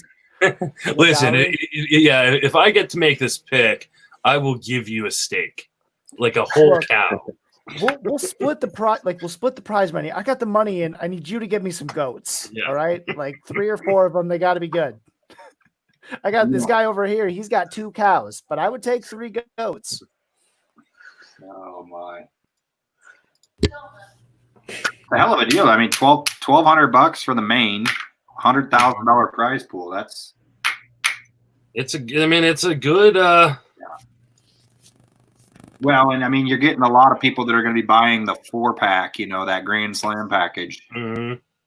And Have they said what the in-season positional eligibility is going to be at? 4 games? 4 games. Yeah. So, and I'm not sure how it's going to carry over next year. I'm assuming they'll just say 20. No, they'll probably drop it to probably 10.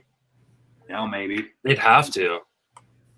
How many UT only players will you? Well, yeah, that'd be true because you'd have. They'll probably just look Man, at that's gonna how be many tough. position eligible guys there were this year, and then come up with a number to kind of duplicate that for next year. I think Todd Zola said that's what leagues should look into. Yeah, because that's going to be tough. You know, if guys are only getting 3 games at second base or something, you know, they might only have 1 position next year. Yeah, they should make it like 7 or 8. Would be my guess. You know. Yeah, because usually it's double whatever the in season is. So yeah, it's about 8. Oh, Draft Cheats talking about John Birdie, and I will say, it's going to be nice that he's going to be, that he gets to keep playing the Mets. In fact, even more than normal, because they could not stop him ever. I think they stopped trying. Thor's not pitching though. I like that Birdie pick. He would have been on this game. I'm trying to load up my outfield. against Thor alone. So I'm trying to load up my outfielders with infielders, and he fits the bill. Yeah. Now, plus I need some steals. God damn it, Walter. Jesus. I was actually considering him, but he would be my 5th outfielder. So no thanks. Oh, I'm gonna piss off Colin. Oh shit! You gotta be kidding. See, Probably the guy at the top of my queue. Who just did that? You son of a bitch. It's in the fifth chat on outfield. Facebook, Walter. I've done enough drafts that I know you can't wait on outfield because everybody's going to be going for the outfielders in this area. And the only time you can wait on outfield is if you're right in the middle of the draft. You can't on the ends. And I was saving that 5th outfield spot for Shin-Soo motherfucking Chu, and they stole him from me. I am so angry right now. I sound quiet because this is true anger. that's all right. Billy Hamilton will be there in the reserve rounds. Fury. Oh, what do I do here? Maybe Scott will make this decision easier for me. I'd say you wait for me. That's what. Volpe's still not moving up. Oh, I'm devastated. I don't know what to do. No one's going to take Chu. And then they did. What do we got?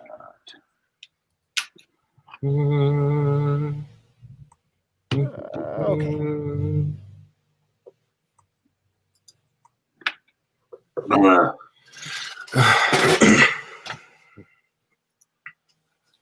Oh, you got it. Seriously, Justin? Ooh, I like it. I mean, seriously? And fucking Daniel fucking hard. I told you. Oh my god, he's at the top of my queue too. That was a 20. What you were getting him like 29th round, weren't you? Mm-hmm. Oh yeah. Not in the draft you're in with me, buddy. This happened. This happened in the last MEQ. Now he's 16. I like it. You know, third closer, I'll take it. I ain't gonna be fab in saves. You won't have to with Daniel Hudson. You might still have to. Hey now. I mean, Scott made the decision a little bit easier for me because he took Joe Musgrove. Okay. So who am I gonna boot out? You can boot me out. I need a I cigarette. just want to go to bed. Who said they need a cigarette? I need a cigarette. So. All right. Well, you guys can come back if you want. All right. Dun, My bad, dun. Walter's in. There we go. Bruce, I can't bring you in until you fix that audio. Hey, is my audio sound better?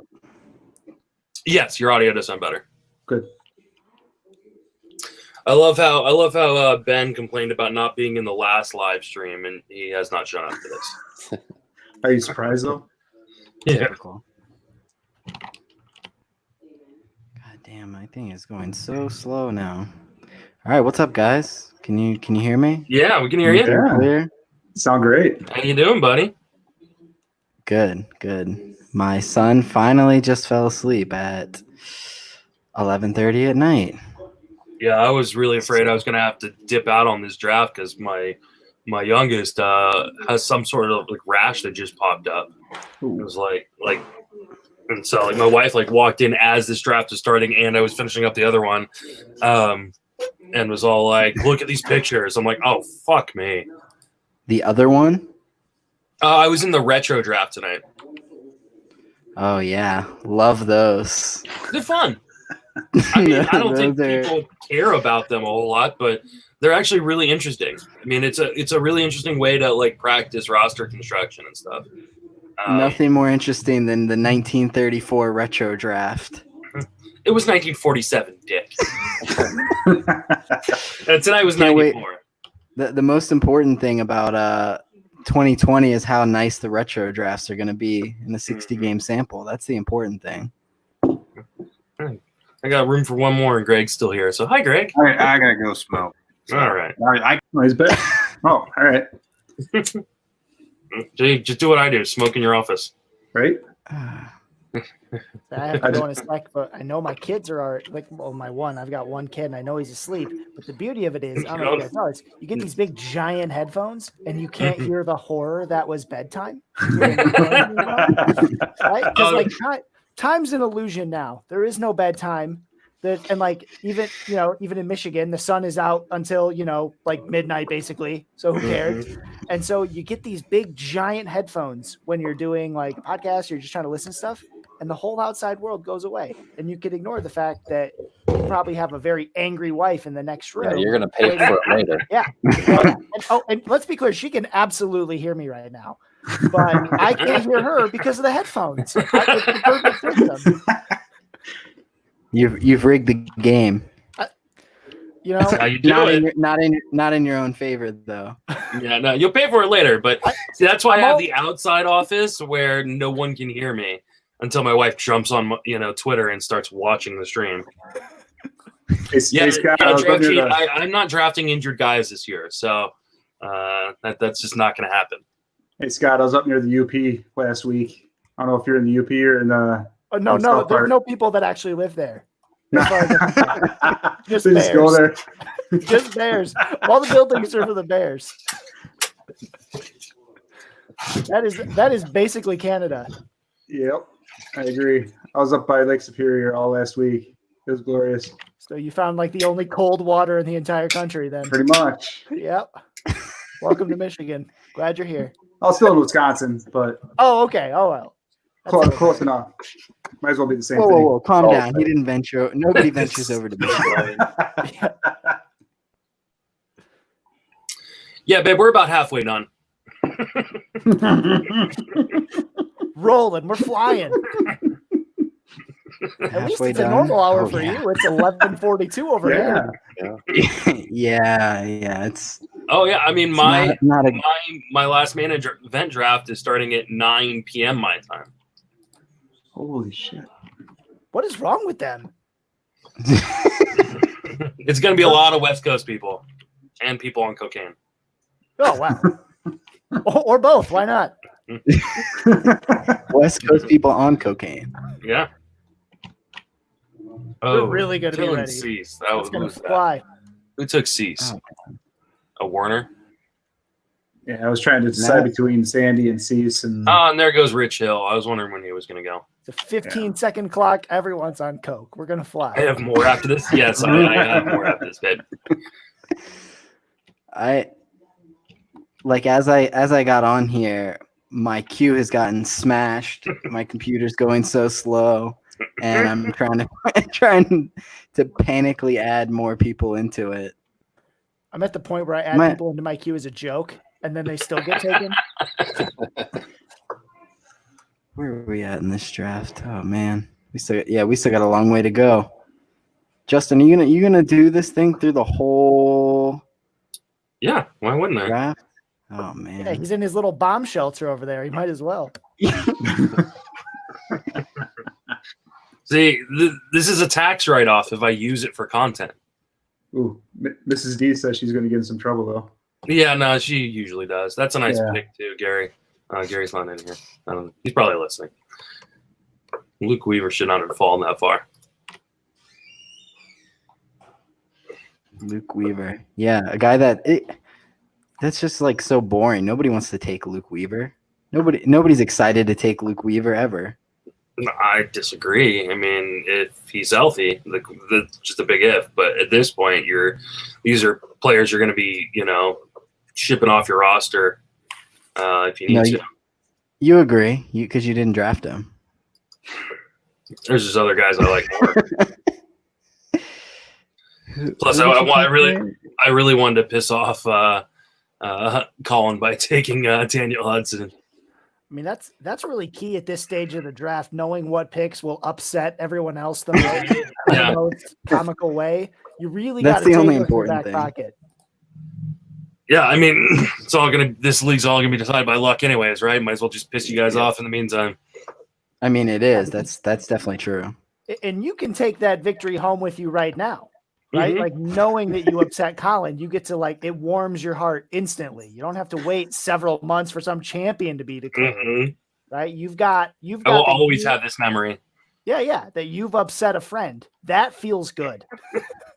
Yeah, like I know that Scott always takes Ryan Braun, so I took Ryan Braun. The 1 year there's a DH. I do always take Ryan Braun, and he's been swiped for me both times, and it's caused me a lot of pain, and now you get to benefit from that. I'm happy for you, really. Hey, yeah, I think that's actually the most important thing this year is moving up NL guys. For a marriage, isn't it? Son of a bitch. Oh,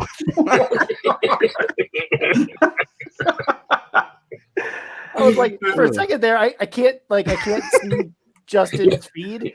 It's like covered up by this like timer. So I'm like, man, the inner monologue I have for Danielle's getting really loud right now. What's going on here?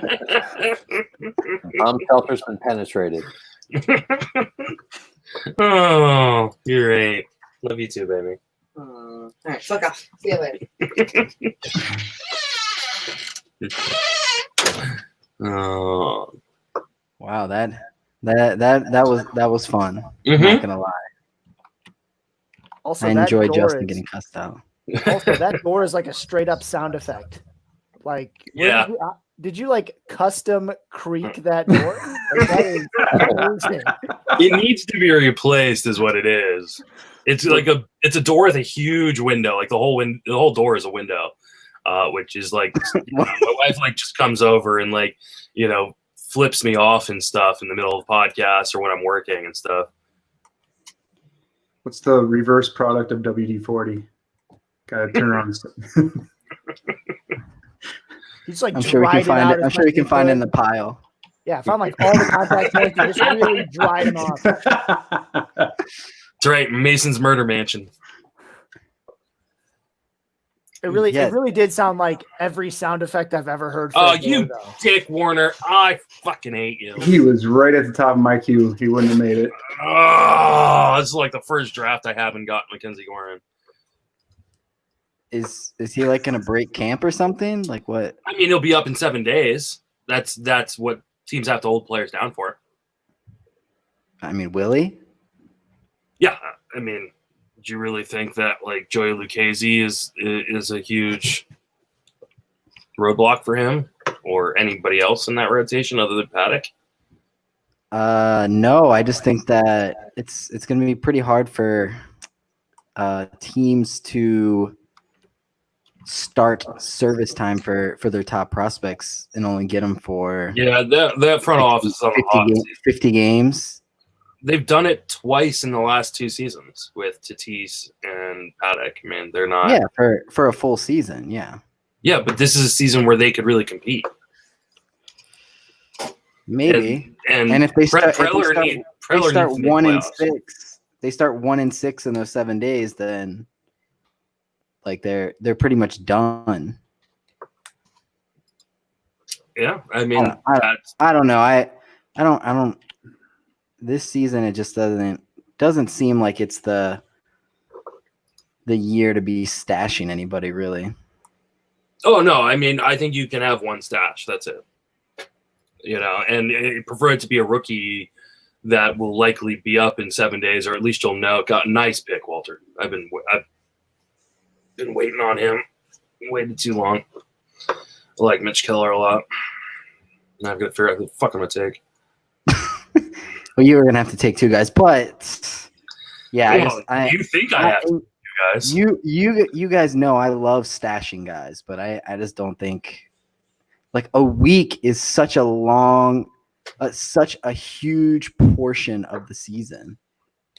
Yeah, but I mean, you're gonna have 7 guys or 6 guys on your reserve list, anyways.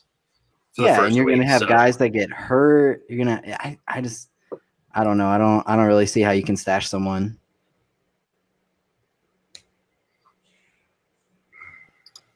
It's just too significant of a portion of the season to me. Unless you have a lot of positional flexibility. No, even then. Even really? No. Yeah, it's just I don't know. It's like I feel like if Gore, so it's like if I don't know. I guess it's fine. He could be up, but I'm not going to be using a roster spot on a stash. I'm about to use a roster Except spot for maybe, on the stash. except for maybe my last pick, the guy that you're going to drop the first week if he doesn't get.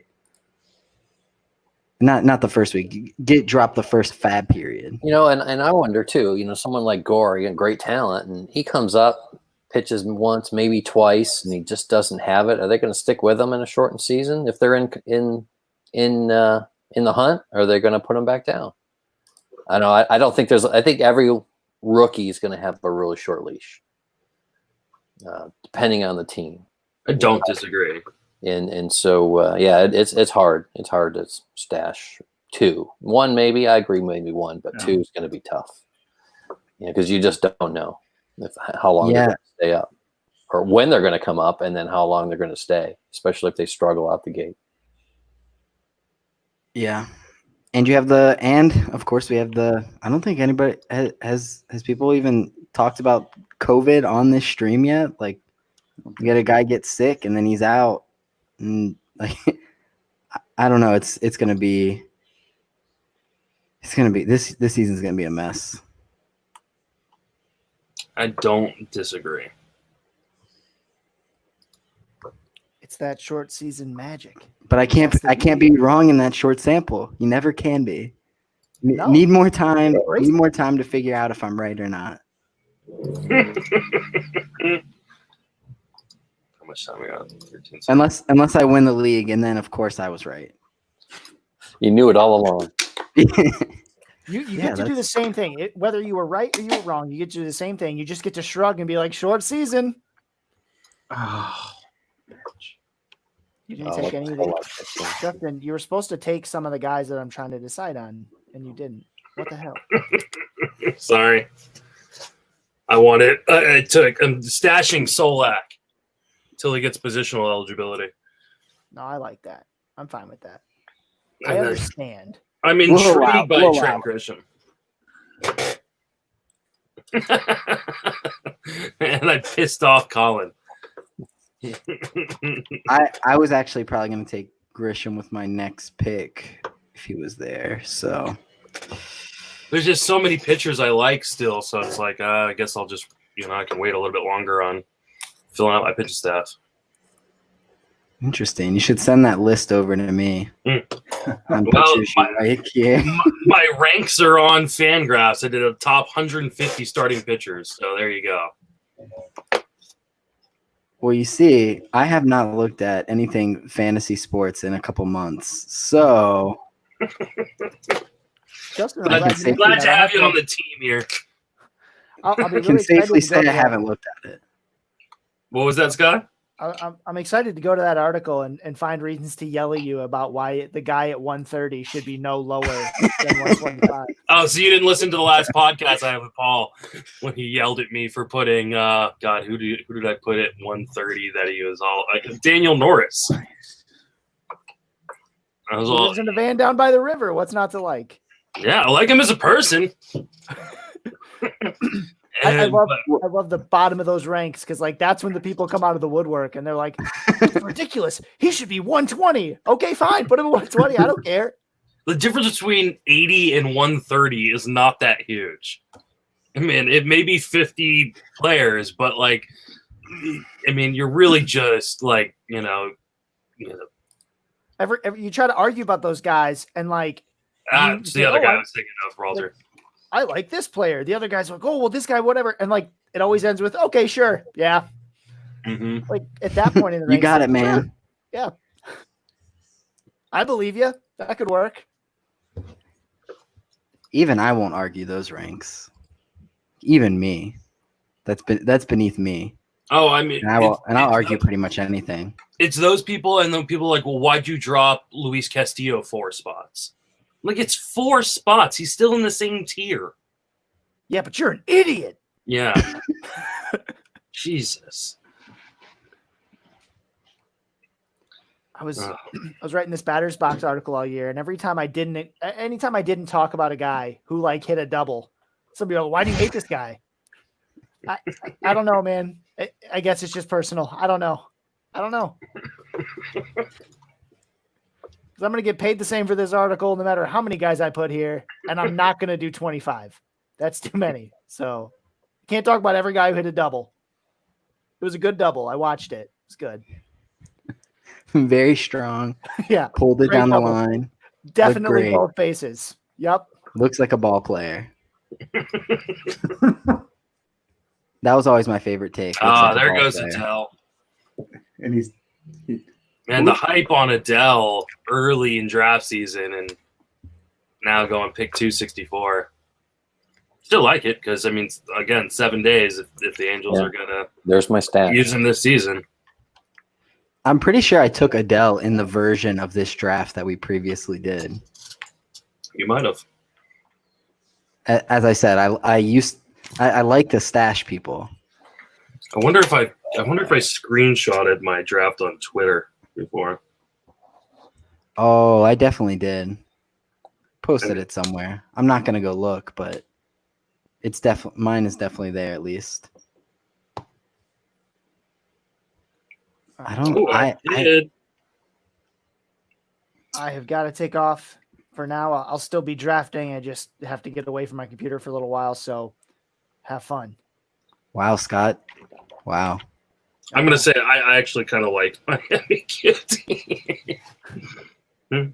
Arenado, Scherzer, Robles, Clevenger, Muncy, Gallo, Mercado.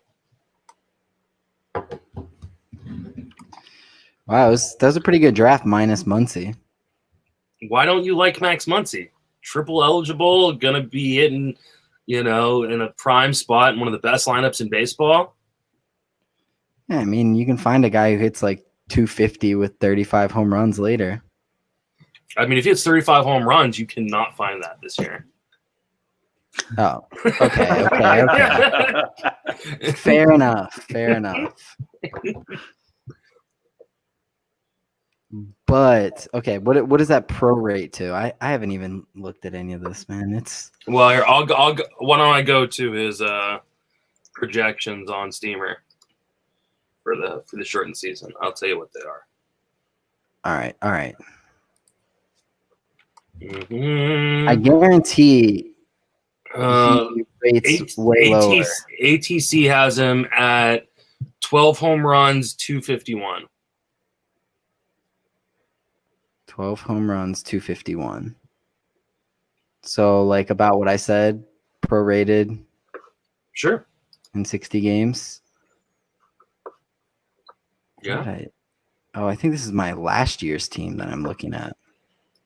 That was not a good team. I was somehow chasing Colin all year, and then all of a sudden, Bradley just came out of nowhere. The one guy nowhere with Brands of Venice benefits won the main event buy-in. All right. I wonder if he's playing in it this year. Yeah, Yelich went down for me, and then I was done. Sorry, Walter. You replied to my thing, my tweet earlier, and he said he's going to do it next year. I mean, that's a smart thing to do. It's worth $1,700, and do you want to use it for 12? Yeah. That's definitely what I would do. Is wait until next year. Michael Givens.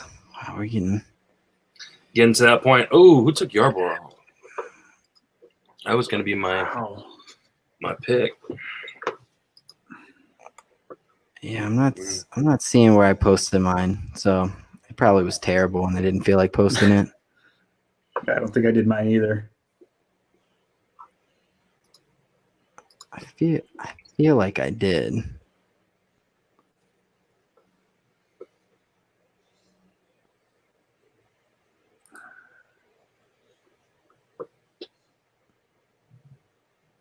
Wow, this is some great dead air. We're all trying to figure out what the hell we're gonna do here. Yeah, I remember liking my first 7 picks. Oh, and there goes Trina. So yeah. Fuck you guys. Oh, Greg's back. You can see Bruce's audio better. I can't even unmute him. Oh, nope, his audio is not better. Oh, here we go. I have my team. Come on, Bruce. It was not looking good because Verlander was already hurt, who was my first round pick. I went Verlander, JD Martinez, Blackman, Giolito, Cruz, Donaldson, Liam Hendricks, Benintendi, Danny Santana, Jorge Polanco. Yeah. I did take Joe Adele. You did? Yeah, I did. Said I don't mind it now.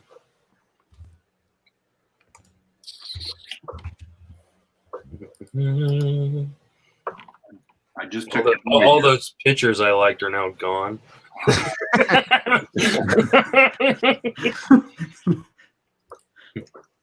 That's the way it works. You liked a bunch of these guys, and then everybody's like, hey, I actually like these guys too. Right? And take all of them. That's how it works. You know what's better? If you don't like any of them, you don't have to worry about it. But then you just gotta, you just get those shitty ones later. That's, yeah, I don't even know. I think I have almost all my starting pit, I guess I have 2 pitching slots left. Yeah, I'm not there yet. Archer's available, Walter. Yeah. Make sure you get it. Archer. I did take Archer in that one, the last one. It's a good pick. I'm surprised we have not had anybody else try to join the live stream. See if. Where's Ben? Where's Big Ben? Yeah.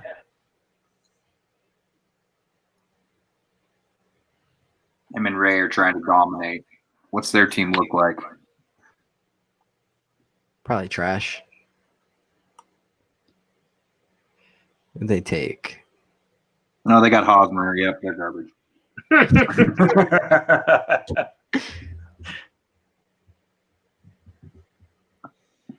Lindor, Rendon, VR, Paddock, Bryant.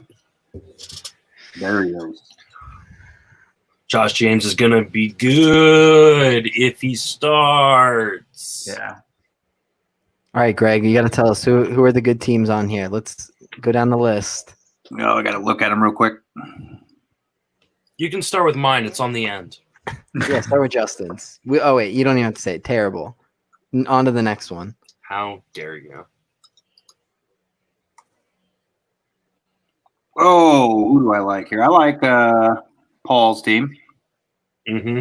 I do like Paul's team. I like Dave's team other than Springer. But that's not, I mean, that's just preference. But I like your team, Dave. I appreciate that, Greg. It's kind of kind of what I've been going through with my team. And, I mean, I like there's Walter, obviously. You've been just crushing my damn queue. Bet's Devers start is freaking awesome. No, Walter. I didn't think you were a Snell guy. I like Snow. I didn't think you were, but I just worry about the elbow. then you snake Paxton from me, Schwarber, I mean, McMahon, then you took Kutch, Braun, like everybody I had in my queue, man. So fuck off. I'm sure they're all the ones that will disappoint this year. It's hard to look at all these 15 teamers again because we didn't get to do a lot of 15 team fab. Yeah. So. Oh, God damn it, Dave. I literally just put him in my queue. And damn you, Paul. Blame Walter. Took dinner now. Fuck. Just crushed my queue right there. Bruce, he's going to just kill us in ratios. And welcome to the live stream, Mike Warner. Defend your awful So team. quick question. What do you guys think about Ohtani this year?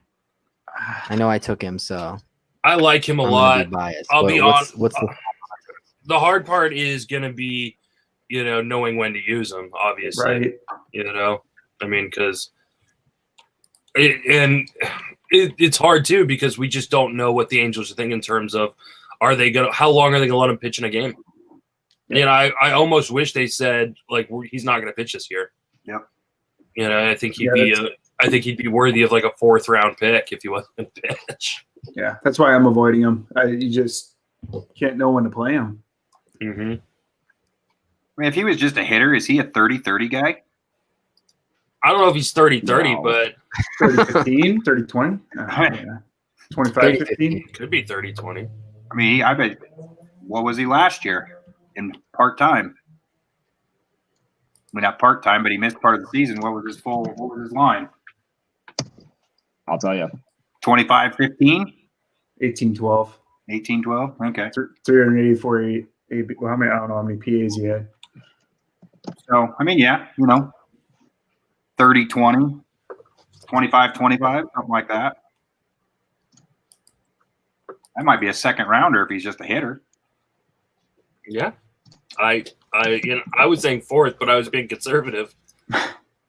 And quite honest, I mean 30-20, that's like brushing up on 1st rounder. Well, true. Like that's. I mean, how many plate appearances did he end up having? I'm going to guess around Probably like 350. 350. Oh, he had 380 at bats. Oh, so yeah, probably 420 to 440. take some upside. Yeah. Wait, when did Mike get on here? Did I miss that? He just joined. I was like, wait. I was like, wait, whose voice is that? I was like, wait, when did he?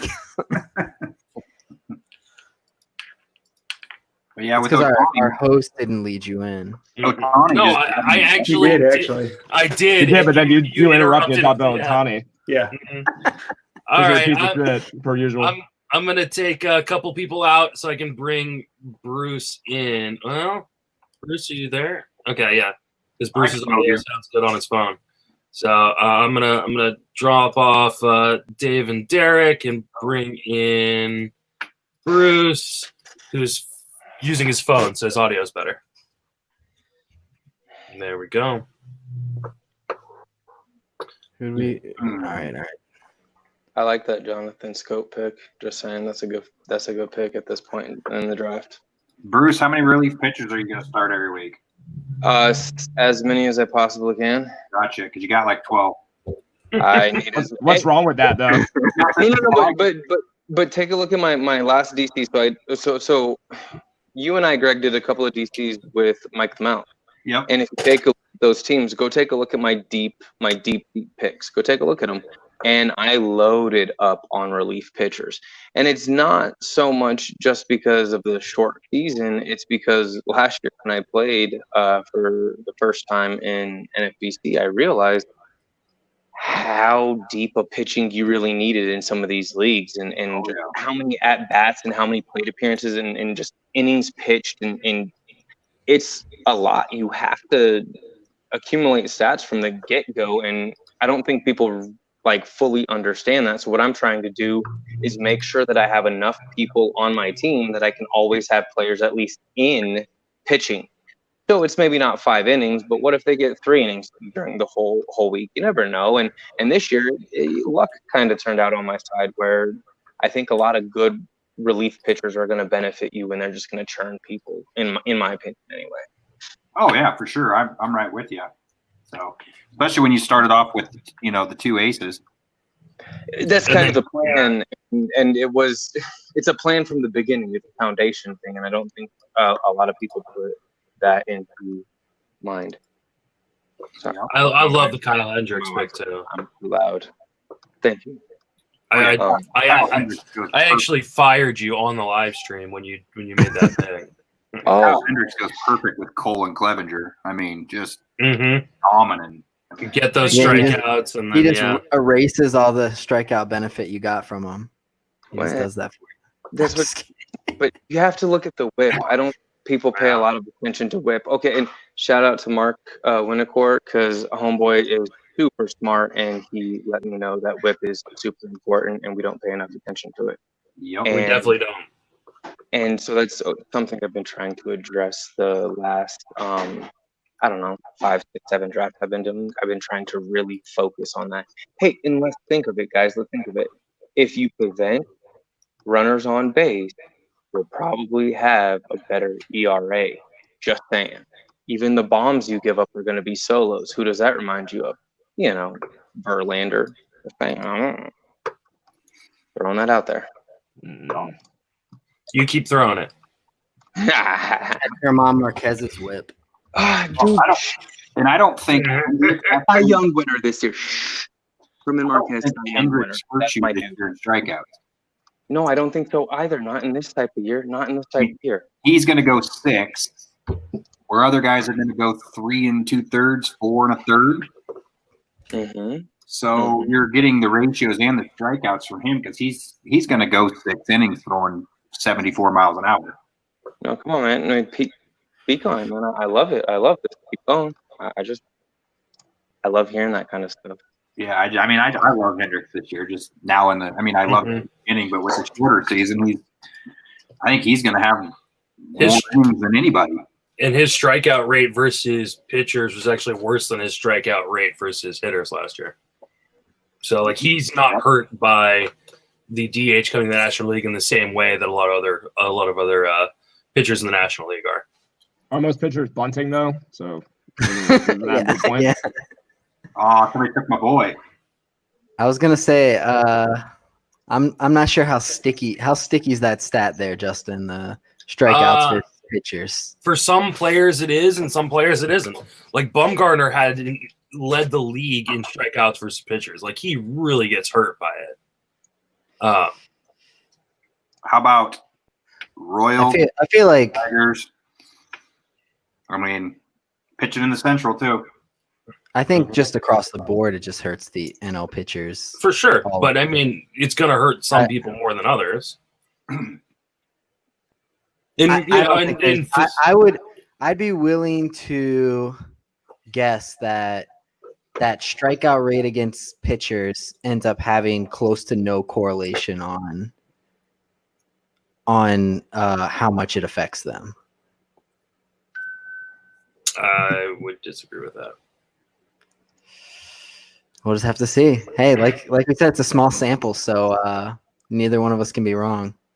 It's fair criticism. Someone in the chat said that Ohtani is plus 3,000 to win MVP on DK Sportsbook. Not bad bet. I might take that. I might take that.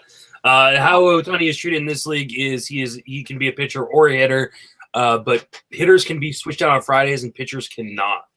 So if you use him as a pitcher, you can't switch him out. Yeah, so you got to choose every week with him what he's going to be. And it's just hard where he's going. I drafted him in this league as just a pitcher. Bruce, you're about to get out of. Don't worry. You drafted him just as a pitcher for this league? Yeah.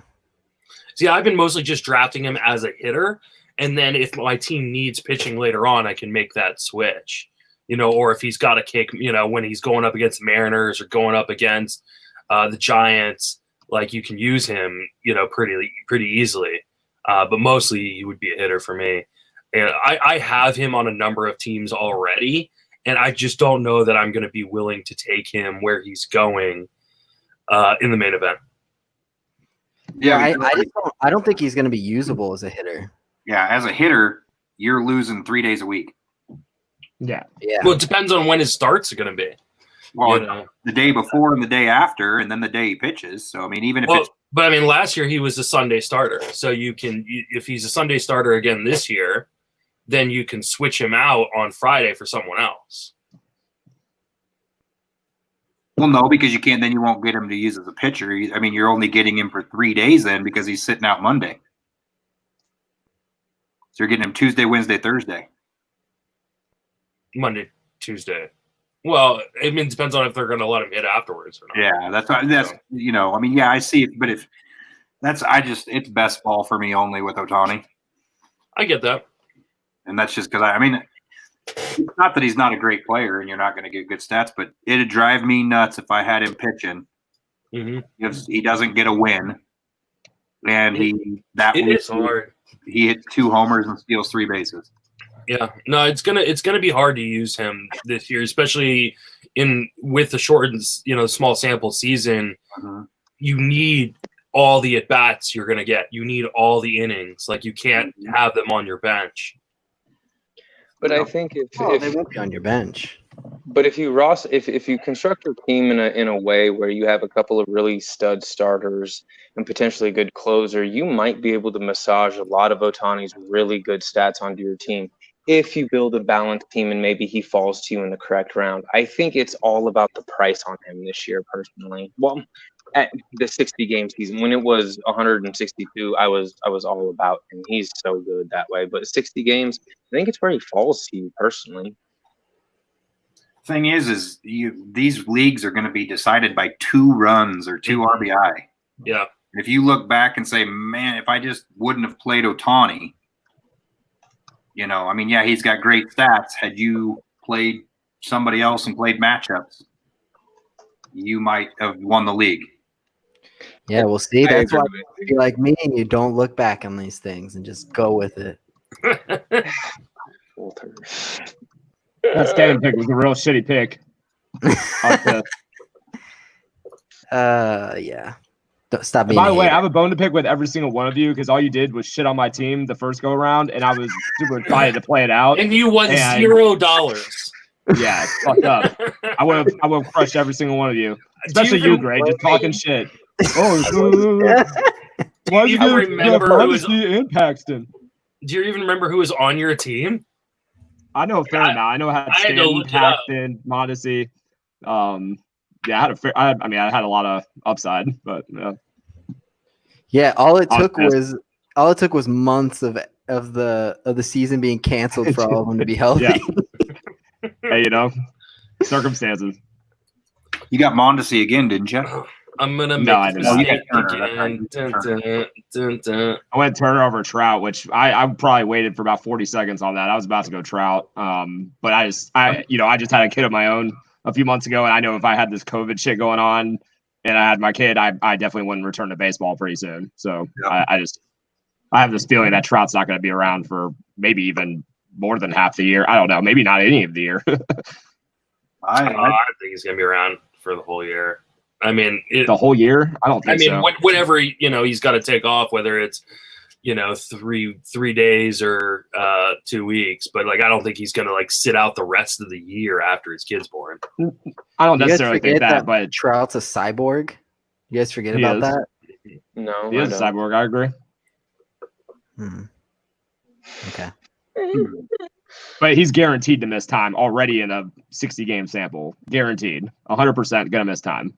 We don't know how much time, but Turner probably has a fair guarantee that he's going to miss time too. But shit, maybe everybody misses time. Maybe this is all just a moot point.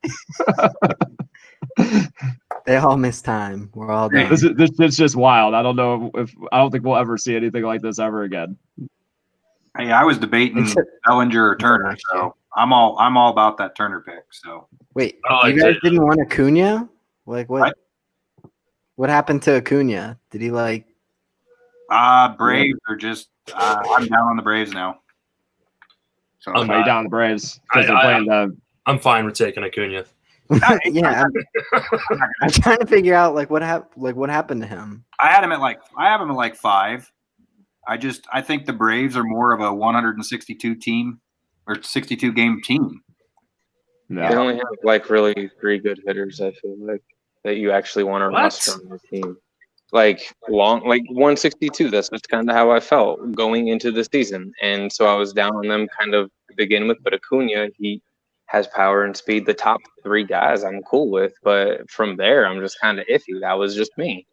So the 60 game season. You don't like Ozuna? No, not really. I will say the bottom half of their lineup is somewhat trashy. It's not very good. Yeah. No, and I don't think people really talked about that a lot. They were just like, "Oh my God, these guys are so good." The top 3 guys are really it has potential. NCRT bounce back. Swanson, if he can take a step forward. I'm trying to win currently this year, right now. I'm not too concerned with taking a step forward. I want to win right now. I want guys that provide stats right now. We're in the top 22 rounds. These guys are still positive value. We need to make sure these draft picks actually are good. These last 10 picks we're streaming for, but try on these ones. Like you got to put a lot of thought into. When I look at Atlanta, there's only 3 guys I want on it. Sorry. No, Okay, so who's the four? Is those Okay. is those? But Acuna, we were talking about that Acuna guy. You know, he kind of did. Yeah, he was amazing. did kind of almost go 40-40 last year. But is he gonna get a run like that this year? Just go willy nilly like that? Every single counts in 16. I mean, that's the same thing with Bellinger. Bellinger was insane to start the year, and then was just solid the rest of the year. Yeah, I mean, he was just still a. I can see the argument of taking Bellinger ahead of him, but like, there in no way is it like a foregone conclusion that you should be taking Bellinger ahead of Acuna. I mean, that's no, you could. I mean, Acuna could still go number 1, and no one's gonna like argue it. Yeah, it's just for me personally. I just think, and that same thing with when I went Hero over Albies. You know, in March I had Albies everywhere where I could, and now it's. Albies is still a great player. I just think that Hira's got. I mean, he's got the potential to be a better player this year than what Albies does. You know? No, I agree with Albies being an accumulator, but I don't know. Would it surprise you if Acuna like went 20-20 in the 60-game season? Yes, it would. Yes, it would. 2020, yes. 15-15, it would not. I mean, he goes on ridiculous stretches. Like he just piles up insane numbers. So it's like, I don't know. I don't know how he was the consensus one. He was like almost pretty much the consensus one. I had Yelich 1, but and then now he's kind of. I guess he only fell to 3, but still, it's just I don't know what really changed. Oh, that smoke pick was fire. That was me. I knew you were going to take him soon. Yeah, I wasn't, but I should have taken him last. I should have taken him last round instead of Votto. The AL East pitching is better than the AL West pitching, so that kind of makes sense on a little bit of an argument between Bellinger and Acuna. I can get that. Well, I don't know how Yelich all of a sudden became the top like safe choice. He's like the lone guy coming off surgery, so that's odd. He's going to hit 350. Well, he's great. I mean, yeah, I have nothing against it at all. Well, the first base eligibility helps too, because we talked about like the only position that really drops off is first base. Yeah. Well, and I did that position eligibility really plays in. I mean, if your first baseman gets sick on Monday, what are you going to do? Yep. I want to have multi-position eligibility all over my team. Yep. And having and infield outfield eligibility is just so valuable. Oh yeah, for sure. That's why I like McNeil more than I should. Who do I want to take here? And why I'm willing to draft Luis Suarez at all.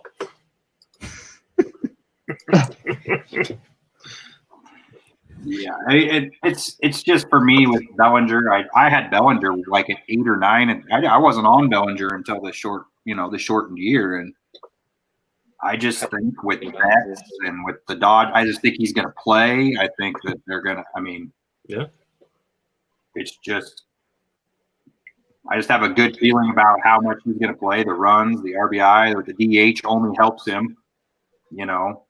That's why I said Pollock. What? That's why I took AJ Pollock. It's because of the DH. Yeah, he will do if he can stay healthy. Yeah. I think the DH moves up a lot of the NL guys pretty significantly. Pollock is, if he's a 80% playing time guy, he's a fairly strong. There's an echo I'm hearing. I don't know if that's me or not, but I'm not hearing it, so it must be me. I don't hear anything. It's kind of the same thing with Freeman. I mean, Freeman's going to end up with 30 home runs, but if he 30, that's rich. Well, I mean, not a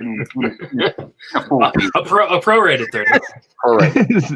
It's going to be so hard to even say that kind of stuff this year. It's just Would you be surprised if he in a 60-game season, Freddie Freeman hit 6? No, I wouldn't be surprised at all. I mean, so it's if he plays the full 60, I'd be a little surprised he hits 6. I wouldn't be. I mean, some guys go on a 3-month stretch where they only hit, 3 or 4 home runs a month. In his wrist issues, he struggled at the end of last year, and then he had something pop up in spring training. Yeah, I mean, and like I said, that can happen with anybody, but you just, what's really going to hurt you is when you're counting on Acuna to go 20-20, and he goes. Well, nobody's counting on him to go 20. Well, I mean, a lot of people are. A lot of people are counting on him to go 15-15 or something. Yeah. 15. What happens when he goes? 9-8 or 15-3? Like that's. I don't think he's going to hit. I think he's going to hit double-digit home runs. Yeah. But what if the Braves say we don't want to risk you getting hurt in a shortened season and you're not going to run? Yeah, and that's the only reason he took him at 1 or 2. Like I think that is. I don't think people are talking about it enough. I think there is a reasonable thought that there could be teams that go, we don't value the stolen base, don't steal, don't run into outs, don't risk getting yourself hurt. We can't, you lose some for 2 weeks, it's a quarter of the season. Yep. Okay, my argument against Ozzie Albies in that sense was everyone says he steals all these bases. He had 15. So if they take that type of mindset and every out is valuable, how many stolen bases can he really get in a 60-game sample? It might, but that's not the stolen bases aren't the stolen bases aren't the reason you take Ozzie Albies. Oh no! Tell me why you take him then, please. Because he contributes in all five categories in a position. Yeah, isn't last year he was a negative in home runs. He was barely a positive in RBI.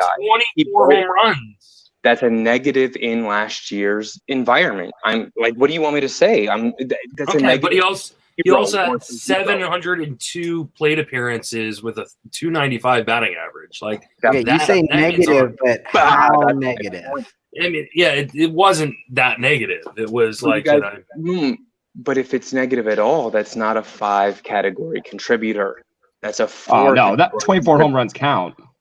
Yeah, they count. They barely touch what you need for that roster position all year long. Barely, and it takes almost 700 plate appearances, guys. He's a 162 guy. People need to understand that. I feel like, and I'm hoping he does really well because I think he's a great baseball player. Me too. It's tough to see him putting up fantasy gold in a 60-game stat. That's all I'm saying. That's kind of where No, I agree there, but that applies to a couple other players as well. I think that would also apply to LeMahieu. Yeah. LeMahieu has actual skill growth where he actually hits. So if you go take a look, Derek Carty had that pitch con, and he showed what really drove home runs. It was barrel percentage and fly ball exit velo. Go take a look at that. And you take a look at DJ LeMahieu.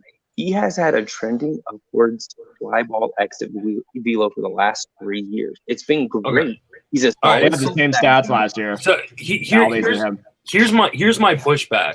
Jose Ramirez had less home runs, less runs batted in, less runs scored, and I think less runs batted in.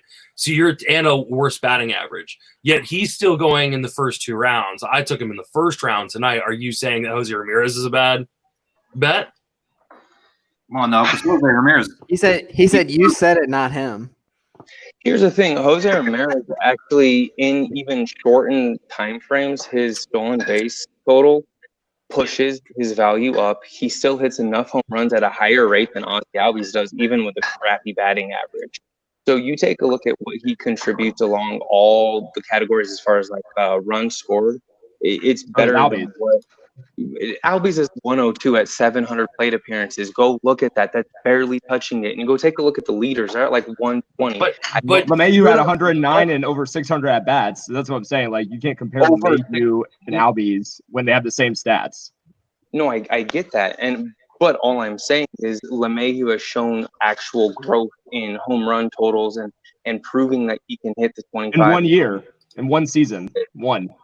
Hey, that's fine. And Ozzie Albies has shown. And he's 31 years old, and Albies is 23.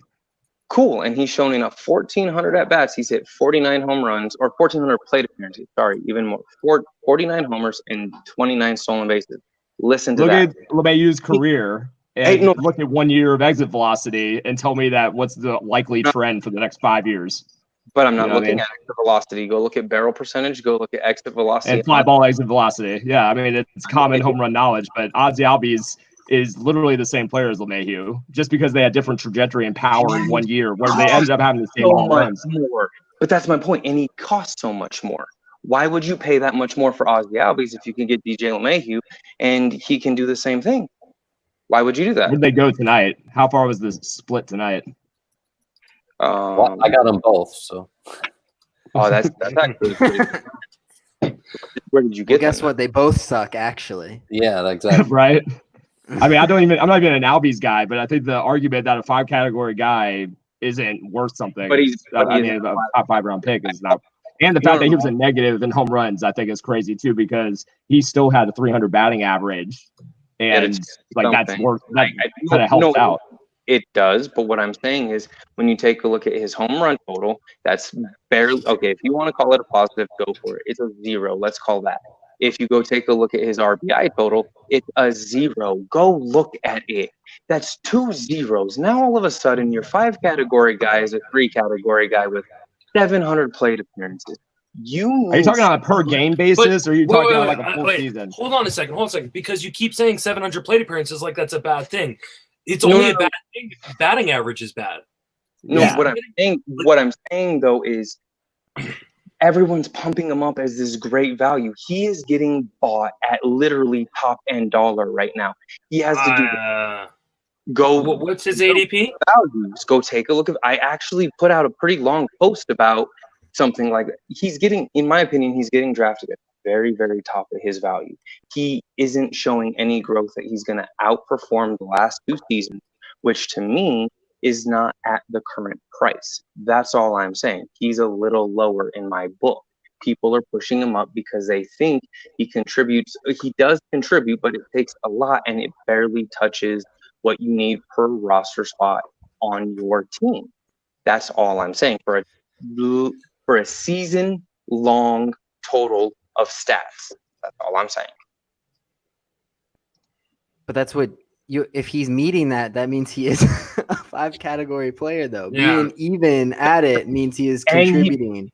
You don't have to be positive at everything. He's getting, in my opinion, he's 1 or 2 rounds higher than he needs to be drafted. That's my point. That's why I'm out on him. Because if he has what value did he provide last year? What number player was he? I had a long post on it. He was hitter like 32 or something like that. Go add in pitchers in that, and that's not where he's getting drafted. I had him at $28 of value last year. LeMahieu had $32 in value. Damn, LeMahieu was ridiculous last year. Yeah, no, go look up values on it. That's what all I'm saying is the values are a little bit different than I think. I think he's just being highly drafted because he contributes, but it's not necessarily as much as people think. Okay, so here's my question. Like, you took Ramon Laureano with your 4th pick. Mm-hmm. Albies outperformed him in every category except for home runs where they tied. And how many plate appearances? Oh, Albies had a ton more because he stays on the field. But how much? I'm just asking how many. Well, you can't prorate. So you're saying your argument is Ramon Laureano plus whatever waiver wire player is better than Albies. That's what you're saying. Well, and then you actually take a look at the team that I had. I felt like Ramon Laureano was a good pick when I started pitcher there.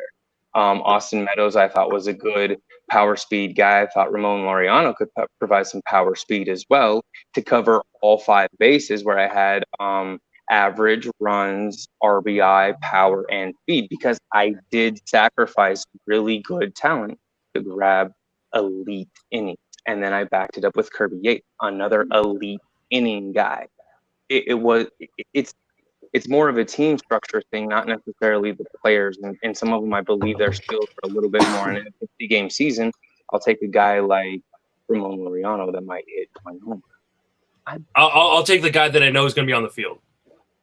Okay. I don't understand why that would be different. 60 games. He could be on the field for the same 60 games. Because what if you only get 45 from Laureano, which is reasonable considering his career? He still might put up the same amount of stuff that he still might. Exactly. That's my point. He's not going to put up the same batting average. He's not going to beat Albies in RBIs and runs. Batting average over 60 games, bro. Come on, that's 300 plate appearances at that. 250.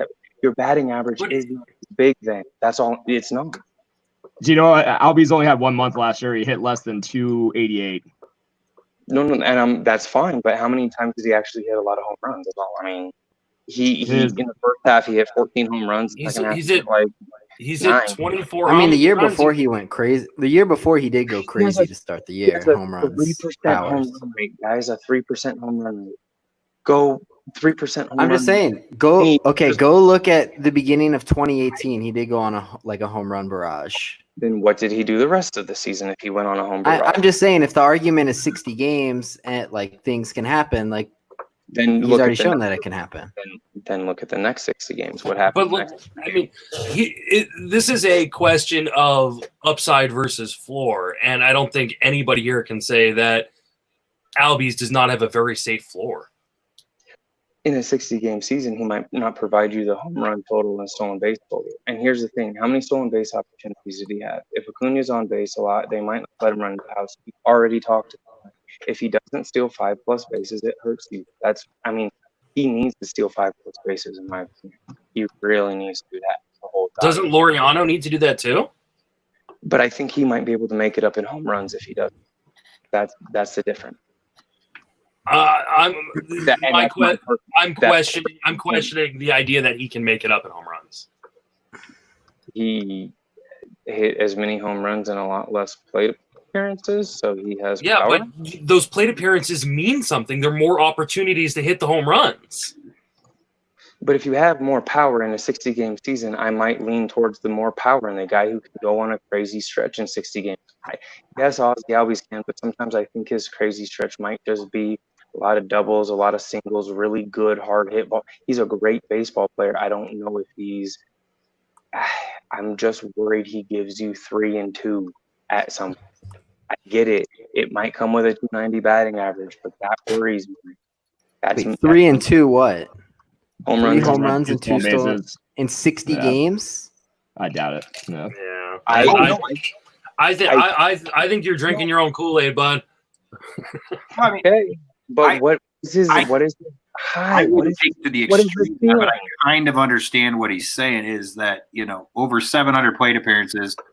I'm just skipping it. That's all I'm saying. Skipping Albies is going to get his. Where, I mean, I wouldn't compare him to.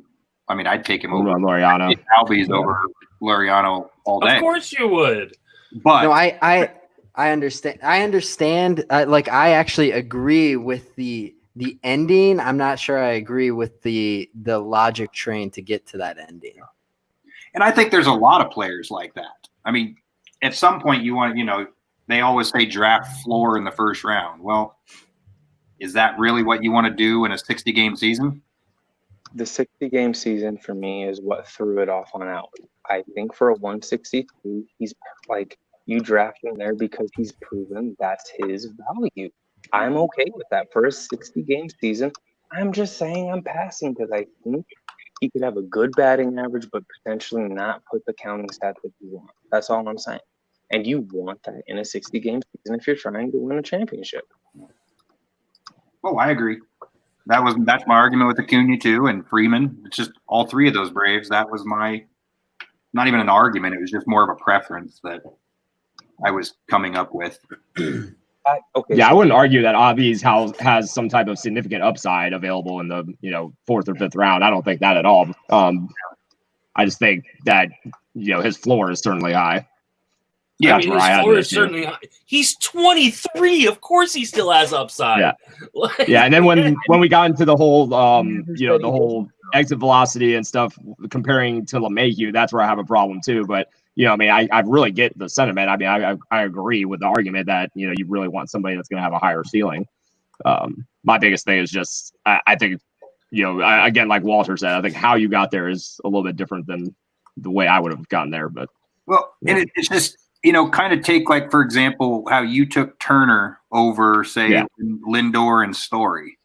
Yeah, same exact thing. Turner is a game changer in one category. Mm-hmm. I mean, that right there puts him above those other two for me, no problem. Yeah.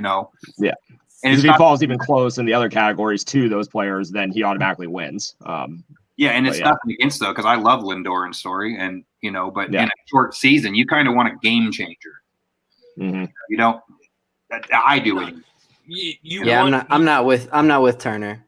I'm not with. Well, of course you're not with Turner, but nobody was asking. I don't like guys who are not good hitters in the first round.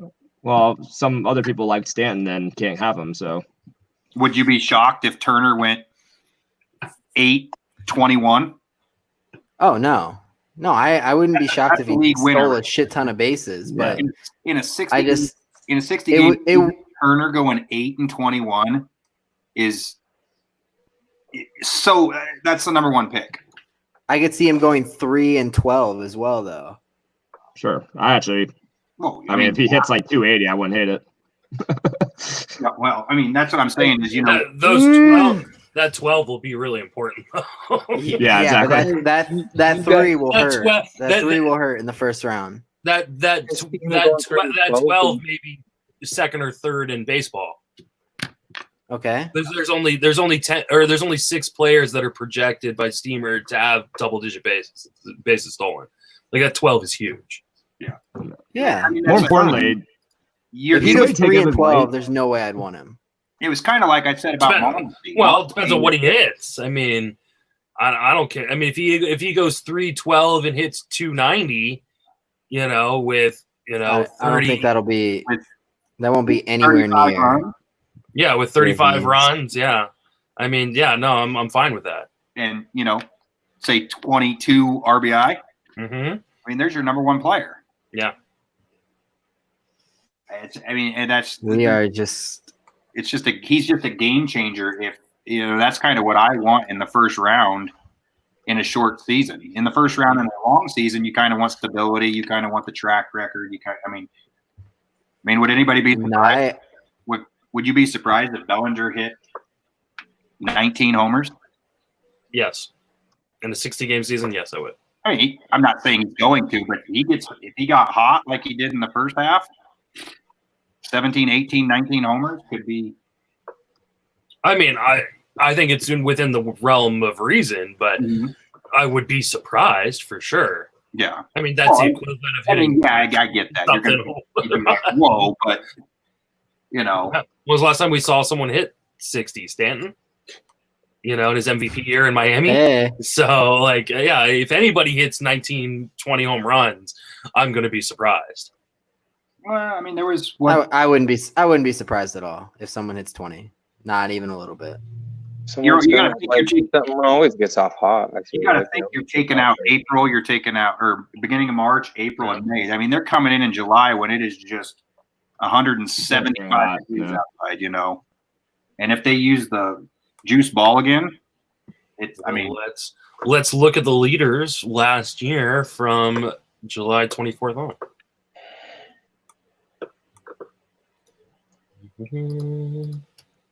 I'm sure Pete Alonso hit a decent amount. Yeah.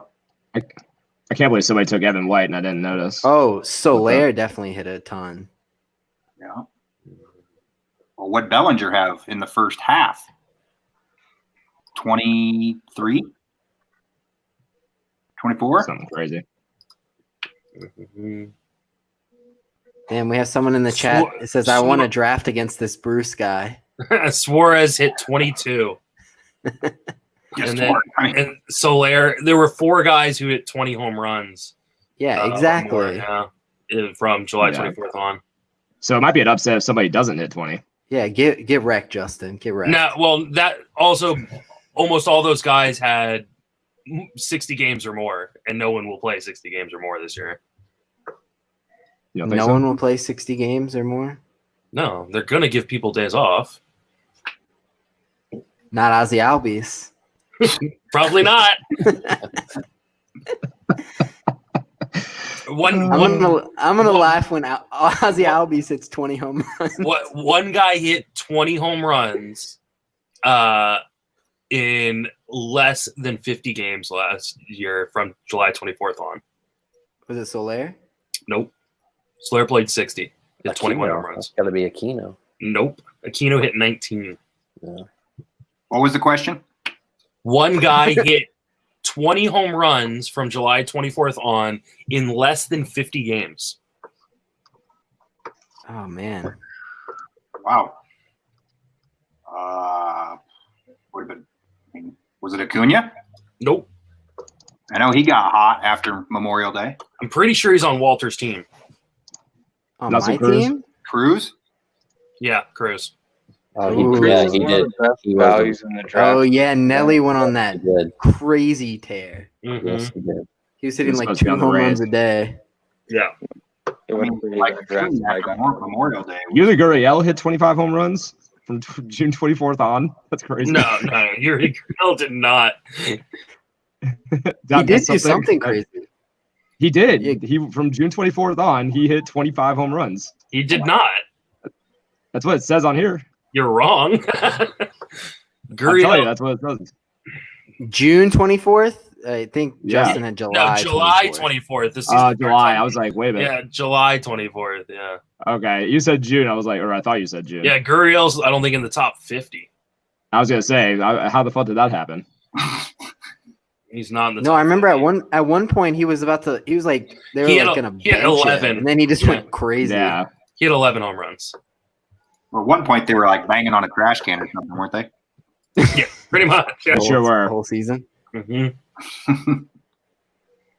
So, yeah, that's just. I mean, that's why I pushed Turner up, was he could be a game changer. I mean, just one category, and Mondesi the same thing. I mean, Mondesi, I can see him being a first rounder come main events. Yeah, I mean, he will go in the first round in some main events. I'm sure of that. If he steals 20 bases, you don't need another. I mean, you're going to finish top 5 of your league. Yep. With just Mondesi. Yep. I agree. I mean, there's also there's also risk to that, obviously. Well, I mean, yeah, of course. He slides into second on his first stolen base attempt, re-injures that shoulder, and there goes your season. Well, but those are the you guys shit on me. Those are the picks you need to win $150,000 in a short season. He went 36 in this draft, which is criminally low. Like, he should have gone. If he had made it back to me in the third round, there's no way I wouldn't have taken him, even though I do not want to touch him in the first round. I almost took him, but I have a lot of him already and just said, yeah. So the Siege is asking Greg to explain his hero over Mondesi. Because I wanted Bogart. There you go. You know that. Short and sweet. Siege, you know that. I think Bogart should be a top 25 pick. And so I went that way and took Bogart. Okay. Of course, everyone has injury risk in a 2-month sprint, CJ, but some guys obviously have more injury risk when they've been injured recently. You can't say that Mondesi is a greater or isn't a greater injury risk than Ozzy Albies, for instance. Just you can't say it. If you do, you're wrong. Yes, we have an up high spot in this. Oh my God, I need another catcher. What am I doing? I need a catcher. I have like 3 of them. I might take 2 right here. Jeez. Which 2? I have no fucking clue. But I might take 2 right here. That's another thing Fab. It's going to be brutal. Yeah. Yeah, I'm really debating on how I'm going to approach Fab. All in the first 3 weeks. Well, and some Seriously. people are gonna do that, and so I'm gonna do that. if you don't have a major need, is it smart to not do that? I'll take whoever the valuable player is away from somebody else. Like, I don't care. Like, you need to take whatever you can the first 3 weeks because there's no guarantee for anything. Well, yeah, is it almost like a cut line fab? You know, like try to get the players for as long as you can, and I feel like that's how you have to approach it. If you wait until and just hoard your fab until week 5, like your whole entire staff could go down. If you have 3 like Cardinals pitchers, your staff could go down in like one day. So I don't know. I just feel like you have to go in. yeah. I don't see any other way to approach it. You know, I guess that might be a little bit of something people aren't talking about either. Is how a lot of people stack teams. Yeah, maybe that's not a good idea this year. It's definitely not. Definitely not. I've tried to stay away from it. I mean, you just by you saying that, I was like, that's actually a pretty good idea to avoid stacking Rangers pitcher. Yeah, a lot of times, especially this year with like the Twins and most of the drafts I've been in, I've tried to snag at least 2 or 3 offensive players from the Twins. And there's one of my catchers. Austin Nola. Still got to get 4 games though. Yeah, that's okay. Yeah. Here's the other. Tucker Barnhart. The big old shit salad. Mm-hmm. Had to announce these trash picks to us.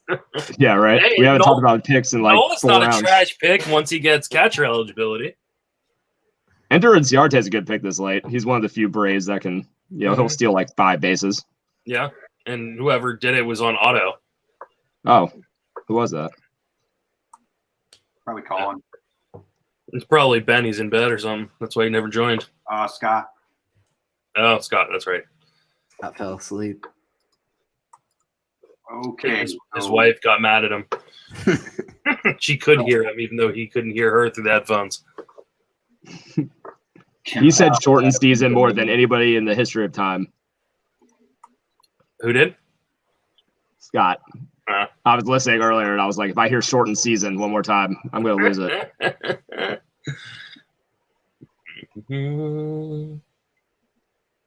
Oh, my goodness. All right. Now I'm going to. What in the hell? You do have 3 catchers, don't you? I do. I wasn't lying. Why? One's first base eligible. Okay, but do you really want to play him at first base? No, but I don't want to fab any catchers. So I don't want to either, but I'm gonna. Yeah, I don't feel like it. I fabbed Garver last year. Yeah, I bet you did. That was a good fab. I don't feel like there's going to be a Garver this year. Anybody, the only one I can see, say that every year. Yeah, maybe like Wellington Castillo, for Texas, like kind of turns it around or something. Or wait, is he in Texas? Yeah. I thought he was, maybe he's in Washington. Randy's boy Chance Cisco. I have Chance Cisco. Mm-hmm. I know. I was looking for it. It's like, it's like, that's always like the last. There. Go with Mike Zunino. He'll turn it around. Isn't one of those guys? Isn't one of those guys your first drop though? Likely. Yeah, possibly. I don't know. It depends on what happens. We'll see. Gotcha. I just hate all these other catchers. So whoever is first catcher he drafted will be his first drop. Carson Kelly. Yeah. Actually, he's like the end of the first tier for me. Well, I took JT early, so I don't even need it. Yeah, I should have went Gary Sanchez. You're fighting the fight against anti-Real Muto, and now look at you. Well, I don't want to look at you. I don't want to get beat up, but 60 games. Oh God, 60 games. You can't be wrong in 60 games. Remember that. Oh, no, but that's what we have to remember. In 60 games, I think he's maybe a second rounder. Who is? Real Muto. Oh yeah. Okay. I thought you were still talking about. I thought you were still talking about Garver. Wrong, but yeah. Yeah, I mean, would you be shocked if he? I mean, once again, if he hit 7 homers and stole 3 bags? Someone's asking about Dalton Varsho. If he is on the roster, I will fab him, but he kind of got blocked off a little bit when they picked up Stephen Vogt. Yeah, I already stashed Mackenzie Gore. I can't stash anybody else. So, I'm not. Can't stash you. You got to draft Mitch Moreland instead. Fuck you, Mitch Moreland's fine. He's gonna play. Yeah. Oh, God. I don't know why you're hating on a 415th pick. Because it's perfect. The perfect spot to make fun of someone. I drafted two stashes, but I'm okay with it. Well, technically 3 stashes. Holy shit! What am I doing? Not drafting a catcher. Yeah. Mike shortened the pool, drafting 3 of them. Yeah, Sure he did. did. The strategy worked. Multi positions. Mm-hmm. You got it. Yeah, that position flexibility. Isaiah Kiner-Falefa, I was so high on last year as like a fucking catcher too. He was so bad. Yeah, I liked him too. He had like catcher, second, third. Yeah, he had short. like 3 eligibilities. I was like, yeah, this is gonna work. He's still multi-positional eligible, right? Yeah, I think without catcher. Oh, I hope not. no, he's got catcher. Yeah. Does he? Yeah. Or he's just catcher, bad. Catcher and third. Just Yeah, awful. he's just bad. Well, and He's not good. the problem is the Rangers have too many pieces.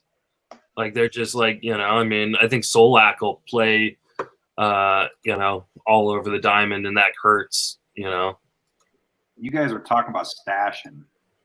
You shouldn't be. I don't Yeah, think. the only reason I went with Gore is because I like that one. Alex I think Baum, that's a decent Maybe one. Let's just say he gets a job. You can't even pick him up in the first week of Fab. Where did Pearson go in this draft? I don't think he's gone yet, has he? Yeah, he's gone. Oh, did he? Of course. Yeah, I don't like that one because I feel like he's gonna take a while, if at all. Who? Pearson. Oh. Well, no, I mean, if they're going to bring him up at all, we'll know it. We'll know week 2. Yeah, I don't think they will. You're not going to bring him if you don't bring him up as soon as you can after getting that year of service time.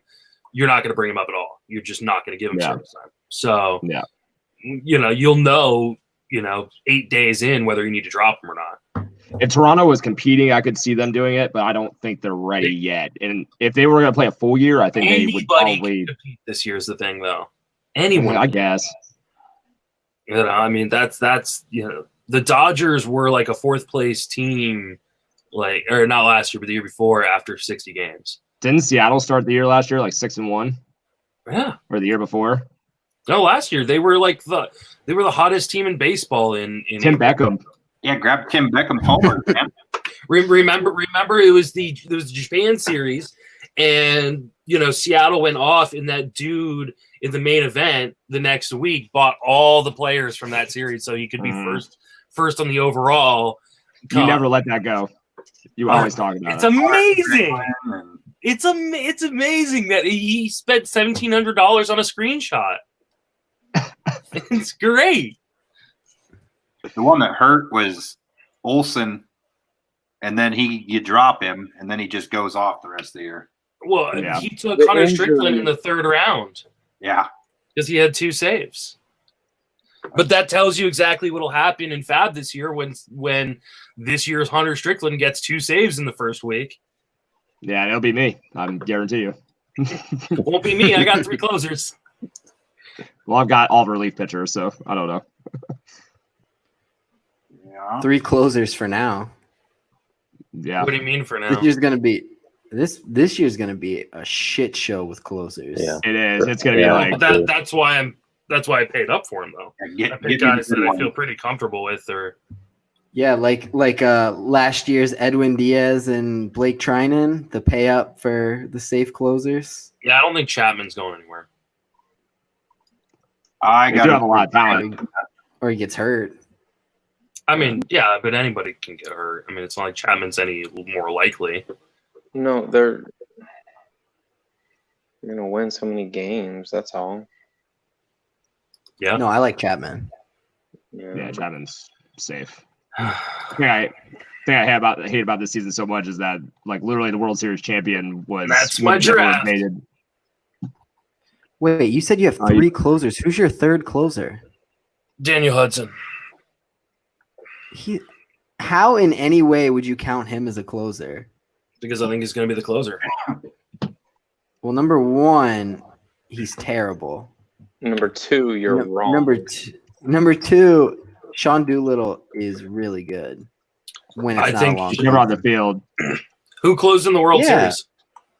Yeah, That's Sean true. Doolittle literally said he breaks down over the long season.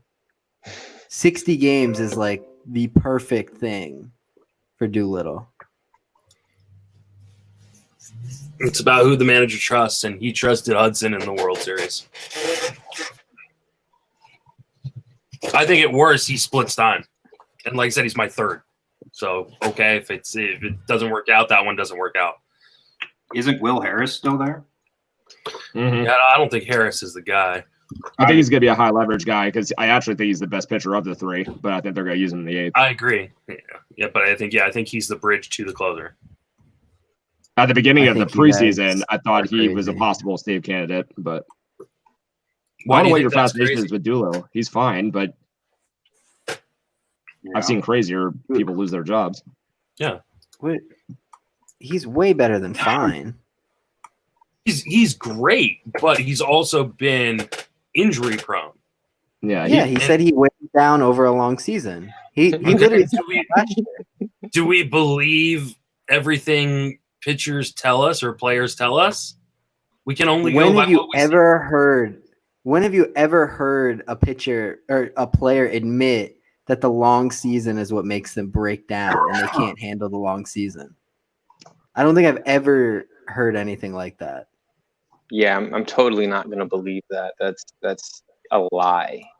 He lied to us on that. I just don't know what he gets from lying about that. That was sarcasm. I don't know what he gets No, from no, speaking yeah. to begin with. Like he doesn't get anything.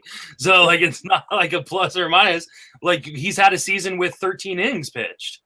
So like don't Yeah, like he's 5 not years safe. ago.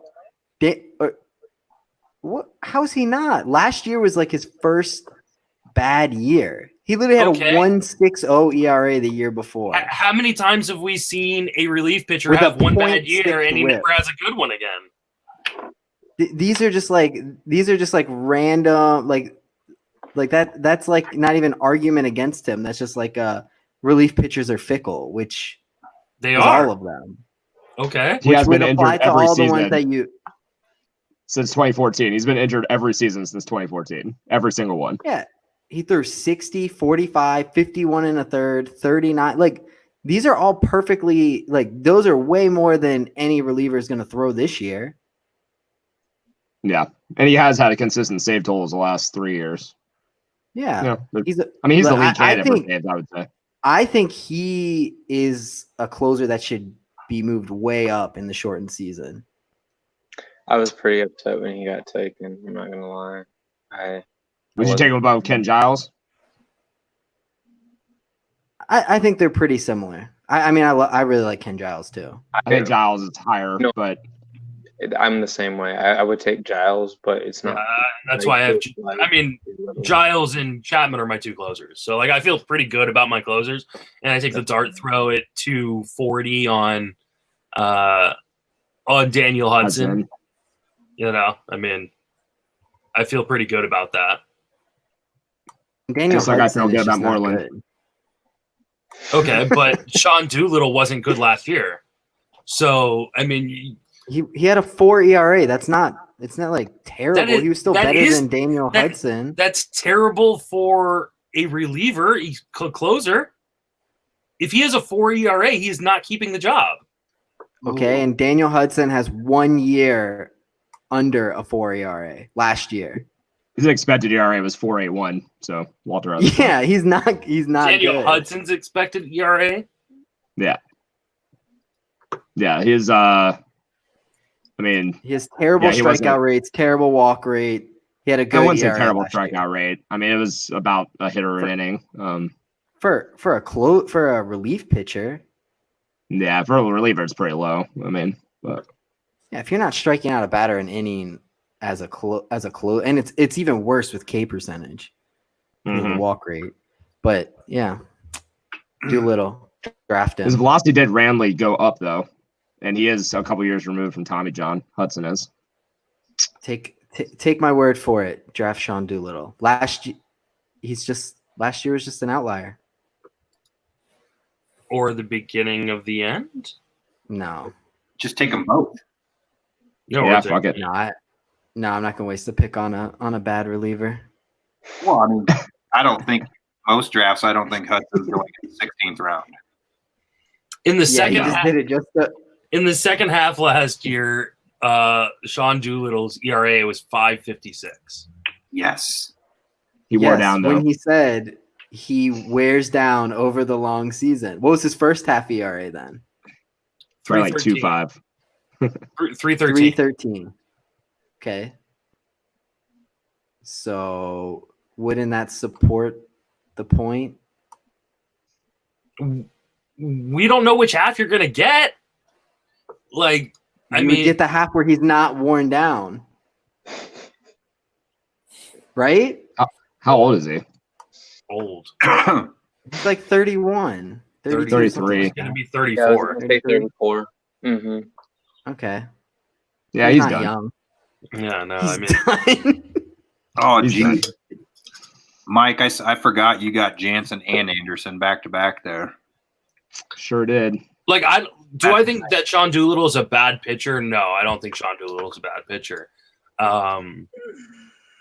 But do I think that he's got the role? No, I do not for sure think he has the role or that he's going to keep the role all year. And I don't want one of my top two closers to be that guy that doesn't have. Like, I don't feel. I mean, obviously anybody can lose a role, like you mentioned, Trinan and Diaz last year. But I want to feel pretty comfortable about my two guys, and that's. I mean, what wasn't Ken Giles literally cut 2 years ago? Hey now, He was literally DFA'd. hey now, Yeah, but that's because he's a pain in the ass. Oh, but I'm just saying, it's like because he punched himself, didn't he? Yeah, that Canadian Yeah. Canadian weed just really mellows him out. I mean, and let's do the Aroldis Chapman thing. What's his career high in saves? Like 35, 36, something like that. Yeah, he pulled a gun on somebody. He never piles up the innings like the other closers do. You took Kimbrel, man. Yeah, Kimbrel sucks. I shouldn't have taken Kimbrel. Hey, I've got there's no Kimbrel in defense some there. leagues. Yeah, I had I think he Kimbrel turned like it around a- this year. I had Kimbrel in this MEQ before we drafted it. I'm really glad. I like my team better now.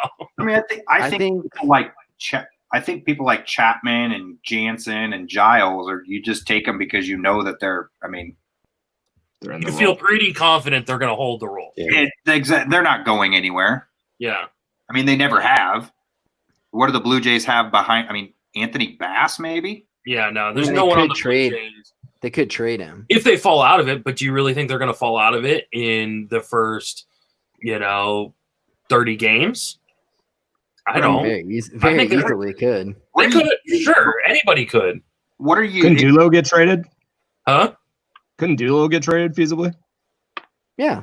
I mean, I don't think the Nationals are going to fall out of it either. So, I think they could. I mean, we're arguing They were the defending 19 World and- Series. what did they defending start World the year Series last year? champions. 19 and something. 35. Defending World Series champions versus a team that hasn't made the playoffs in like 5 years. I think there's a bit of a difference on I don't the think. likelihood of falling out of. Well, and you get nothing for Doolittle because he's a free agent after this year. Yeah. And it's a shortened season already. You get absolutely nothing. So you might as well just let him finish out the year. But I do think there is a much better chance that Giles finishes as a closer in Toronto than Doolittle does. Well, also, what are the people really giving up for 25 days of? Yeah. Well, you're getting, if you're trading for him, you're not trading. I mean, you're probably making him a setup, man. Well, what about San Diego? If San Diego's like really in it and they need a lefty reliever, I could see them giving. But they something have of a lefty. I mean, San Diego's bullpen is fucking. Yeah, fire. they have Jose Castillo, Matt Strom. I mean, they have some really good, talented arms. It's not going to be San Diego that trades for a guy like Yeah, I could see like the Dodgers doing it. a team like the Rangers could do it if the Rangers got out hot or something like that. Yeah, Dodgers also got Trinan for the 8th. Yeah, but I was saying as a lefty. Yeah, you got to pitch three. You got to pitch 3 batters. The Rays could do it. The Rays only have Poche and Alvarado. these lefty specialists aren't. Well, he's not a lefty specialist. He's just a lefty or it's like he's a good reliever who happens to be a lefty. Oh, I get that, but he was a good reliever. I mean, but that's the thing is, they got to pitch. They got to pitch to 3 batters now, so it's like, yeah. I mean, what are you? Yeah, so but Doolittle's not a guy that you're worried too much about him facing. Well, but that would mean he's worth more then, because you're not going to have lefty specialists. Yeah, but and I mean, here's the thing: like we say you're not going to get a lot for a guy, because there's such a small part of the season left. There's also going to be less sellers, which would drive up the price conceivably, right? If more teams are involved in a shortened season, there's less. I mean, it's supply and demand. No. Yeah, well, I mean, just look back on last year. The Giants should have sold everything. Yeah, don't fucking remind me. And they were tied for the wild card. So I do like to push back against the Giants. Should have sold everything. Sold what? Well, I mean, I get it, but I mean, they should. Like, what were they going to sell that was going to get anything? Buster Posey. They can't Buster Posey, but they didn't have any assets to trade really. I mean, it's just kind of they were in it, so they were like, we're not going to get rid of Bum. We're not going to get rid of. They should have gotten. I mean, Bumgarner's he's kind of an asset you could have gotten rid of for sure. So I mean, they were in it, so not realistic. They could have traded their stud first baseman Brandon Belt. Yeah, exactly. They were pretty much like, if they were going to trade somebody, it was to get rid of money, and none of the money was going to move anyways. Who wants Brandon Crawford? I mean, he's still a very good defensive player, but that's it. Like Evan Longoria. Yeah, I mean, like, you're not going to trade any of those contracts. So, like, as much as it was like, well, they should have sold. Well, so what are they going to sign Puig for? Yeah, right. To trade him? No, they're going to sign him so that he can lead them to tied for the wild card. They can overthrow a couple cutoff men. They're 20-20 after 40 games. They're in it. Yeah. They're going to sign him because he's cheap and he's a good player. Like, that's what it comes down to. Well, I think there was a rumor. I think the fans would like him too. Oh, no, the fans hate him. Like, they hate Yasiel Puig. I feel like they would. I feel like any fan base would like Puig if he was on the team. Sure, but like, he's also the guy that's gotten in Bumgarner's face a whole bunch, and I mean, there was a weird idea floated that the Giants should bring Barry Bonds out of retirement. Because he would be their best hitter. He would be, and it would reset the clock on his Hall of Fame and Hall of Fame time. Oh my! I look at Barry Bonds' numbers. The last year he played, he had like 170 WRC plus. It's insane. Yeah, I mean, I mean, people say there was no collusion. There was a ton of collusion. You can't tell me. Yeah, you can't tell me that there wasn't a single team in Major League Baseball that didn't need Barry Bonds. No. There's no reason he shouldn't be in the Hall of Fame. I mean, it's a museum. He should be there. I can't believe he's not coaching. Like, I mean, how is Mark McGwire coaching in He was a coach. Not anymore, though. And he was a good coach. People raved about how good of a hitting coach he was. Sorry, it was a 157 WRC plus. He only had a 480 OBP his last year. That's insane. Wait, I heard a while back that somebody was talking about how they walked him with the bases loaded with a 2-run lead. Yeah, that was Buck Showalter. That's just insane. Buck Showalter did it, and then it actually worked too. Yeah, awesome. But insanity. So, I mean, how many intentional walks did he have that season? I don't know, something crazy. You look at some of his seasons; he has like 30+% walk rates. Jeez. Yeah. Like 2004, I'm on his page right now. 37.6% walk rate and a 6.6% strikeout rate. It's just fucking crazy. just like some of the most ridiculous numbers. Oh my god! Let's see. 6% strikeout rate. He had 43 intentional walks in 2007. He had 120 intentional walks in 2004. That's when he had the 600 OBP. 120. I mean, that's insane. People don't walk 120 times in their career, let alone get intentional. Talk to you, Tim Anderson, you piece of shit. Let's see who led the majors in walks last year. Standard. Probably like Trout or Harper. Yeah, I was gonna say it's gotta be one of the top guys. Let's see. Bregman. Okay, Bregman led it with 119. Well, it's because he knew a pitch was coming, but yeah, 119 walks. 119 walks last year, and Barry Bonds had 120 intentional walks in 2004. Yeah, what Bregman's walk rate went up like 7% or something. Yeah, it doubled between like the 2-year period. Yeah, that's not fishy. No, not fishy at all. Not at all. All right, guys, I'm going to call this. We currently have almost as many people on the live stream as are watching the live stream. So,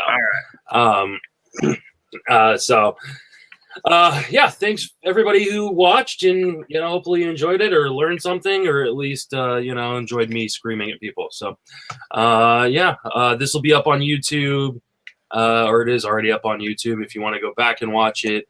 And I think that's going to wrap us up. So, thank you, everybody. Thanks, guys. All right.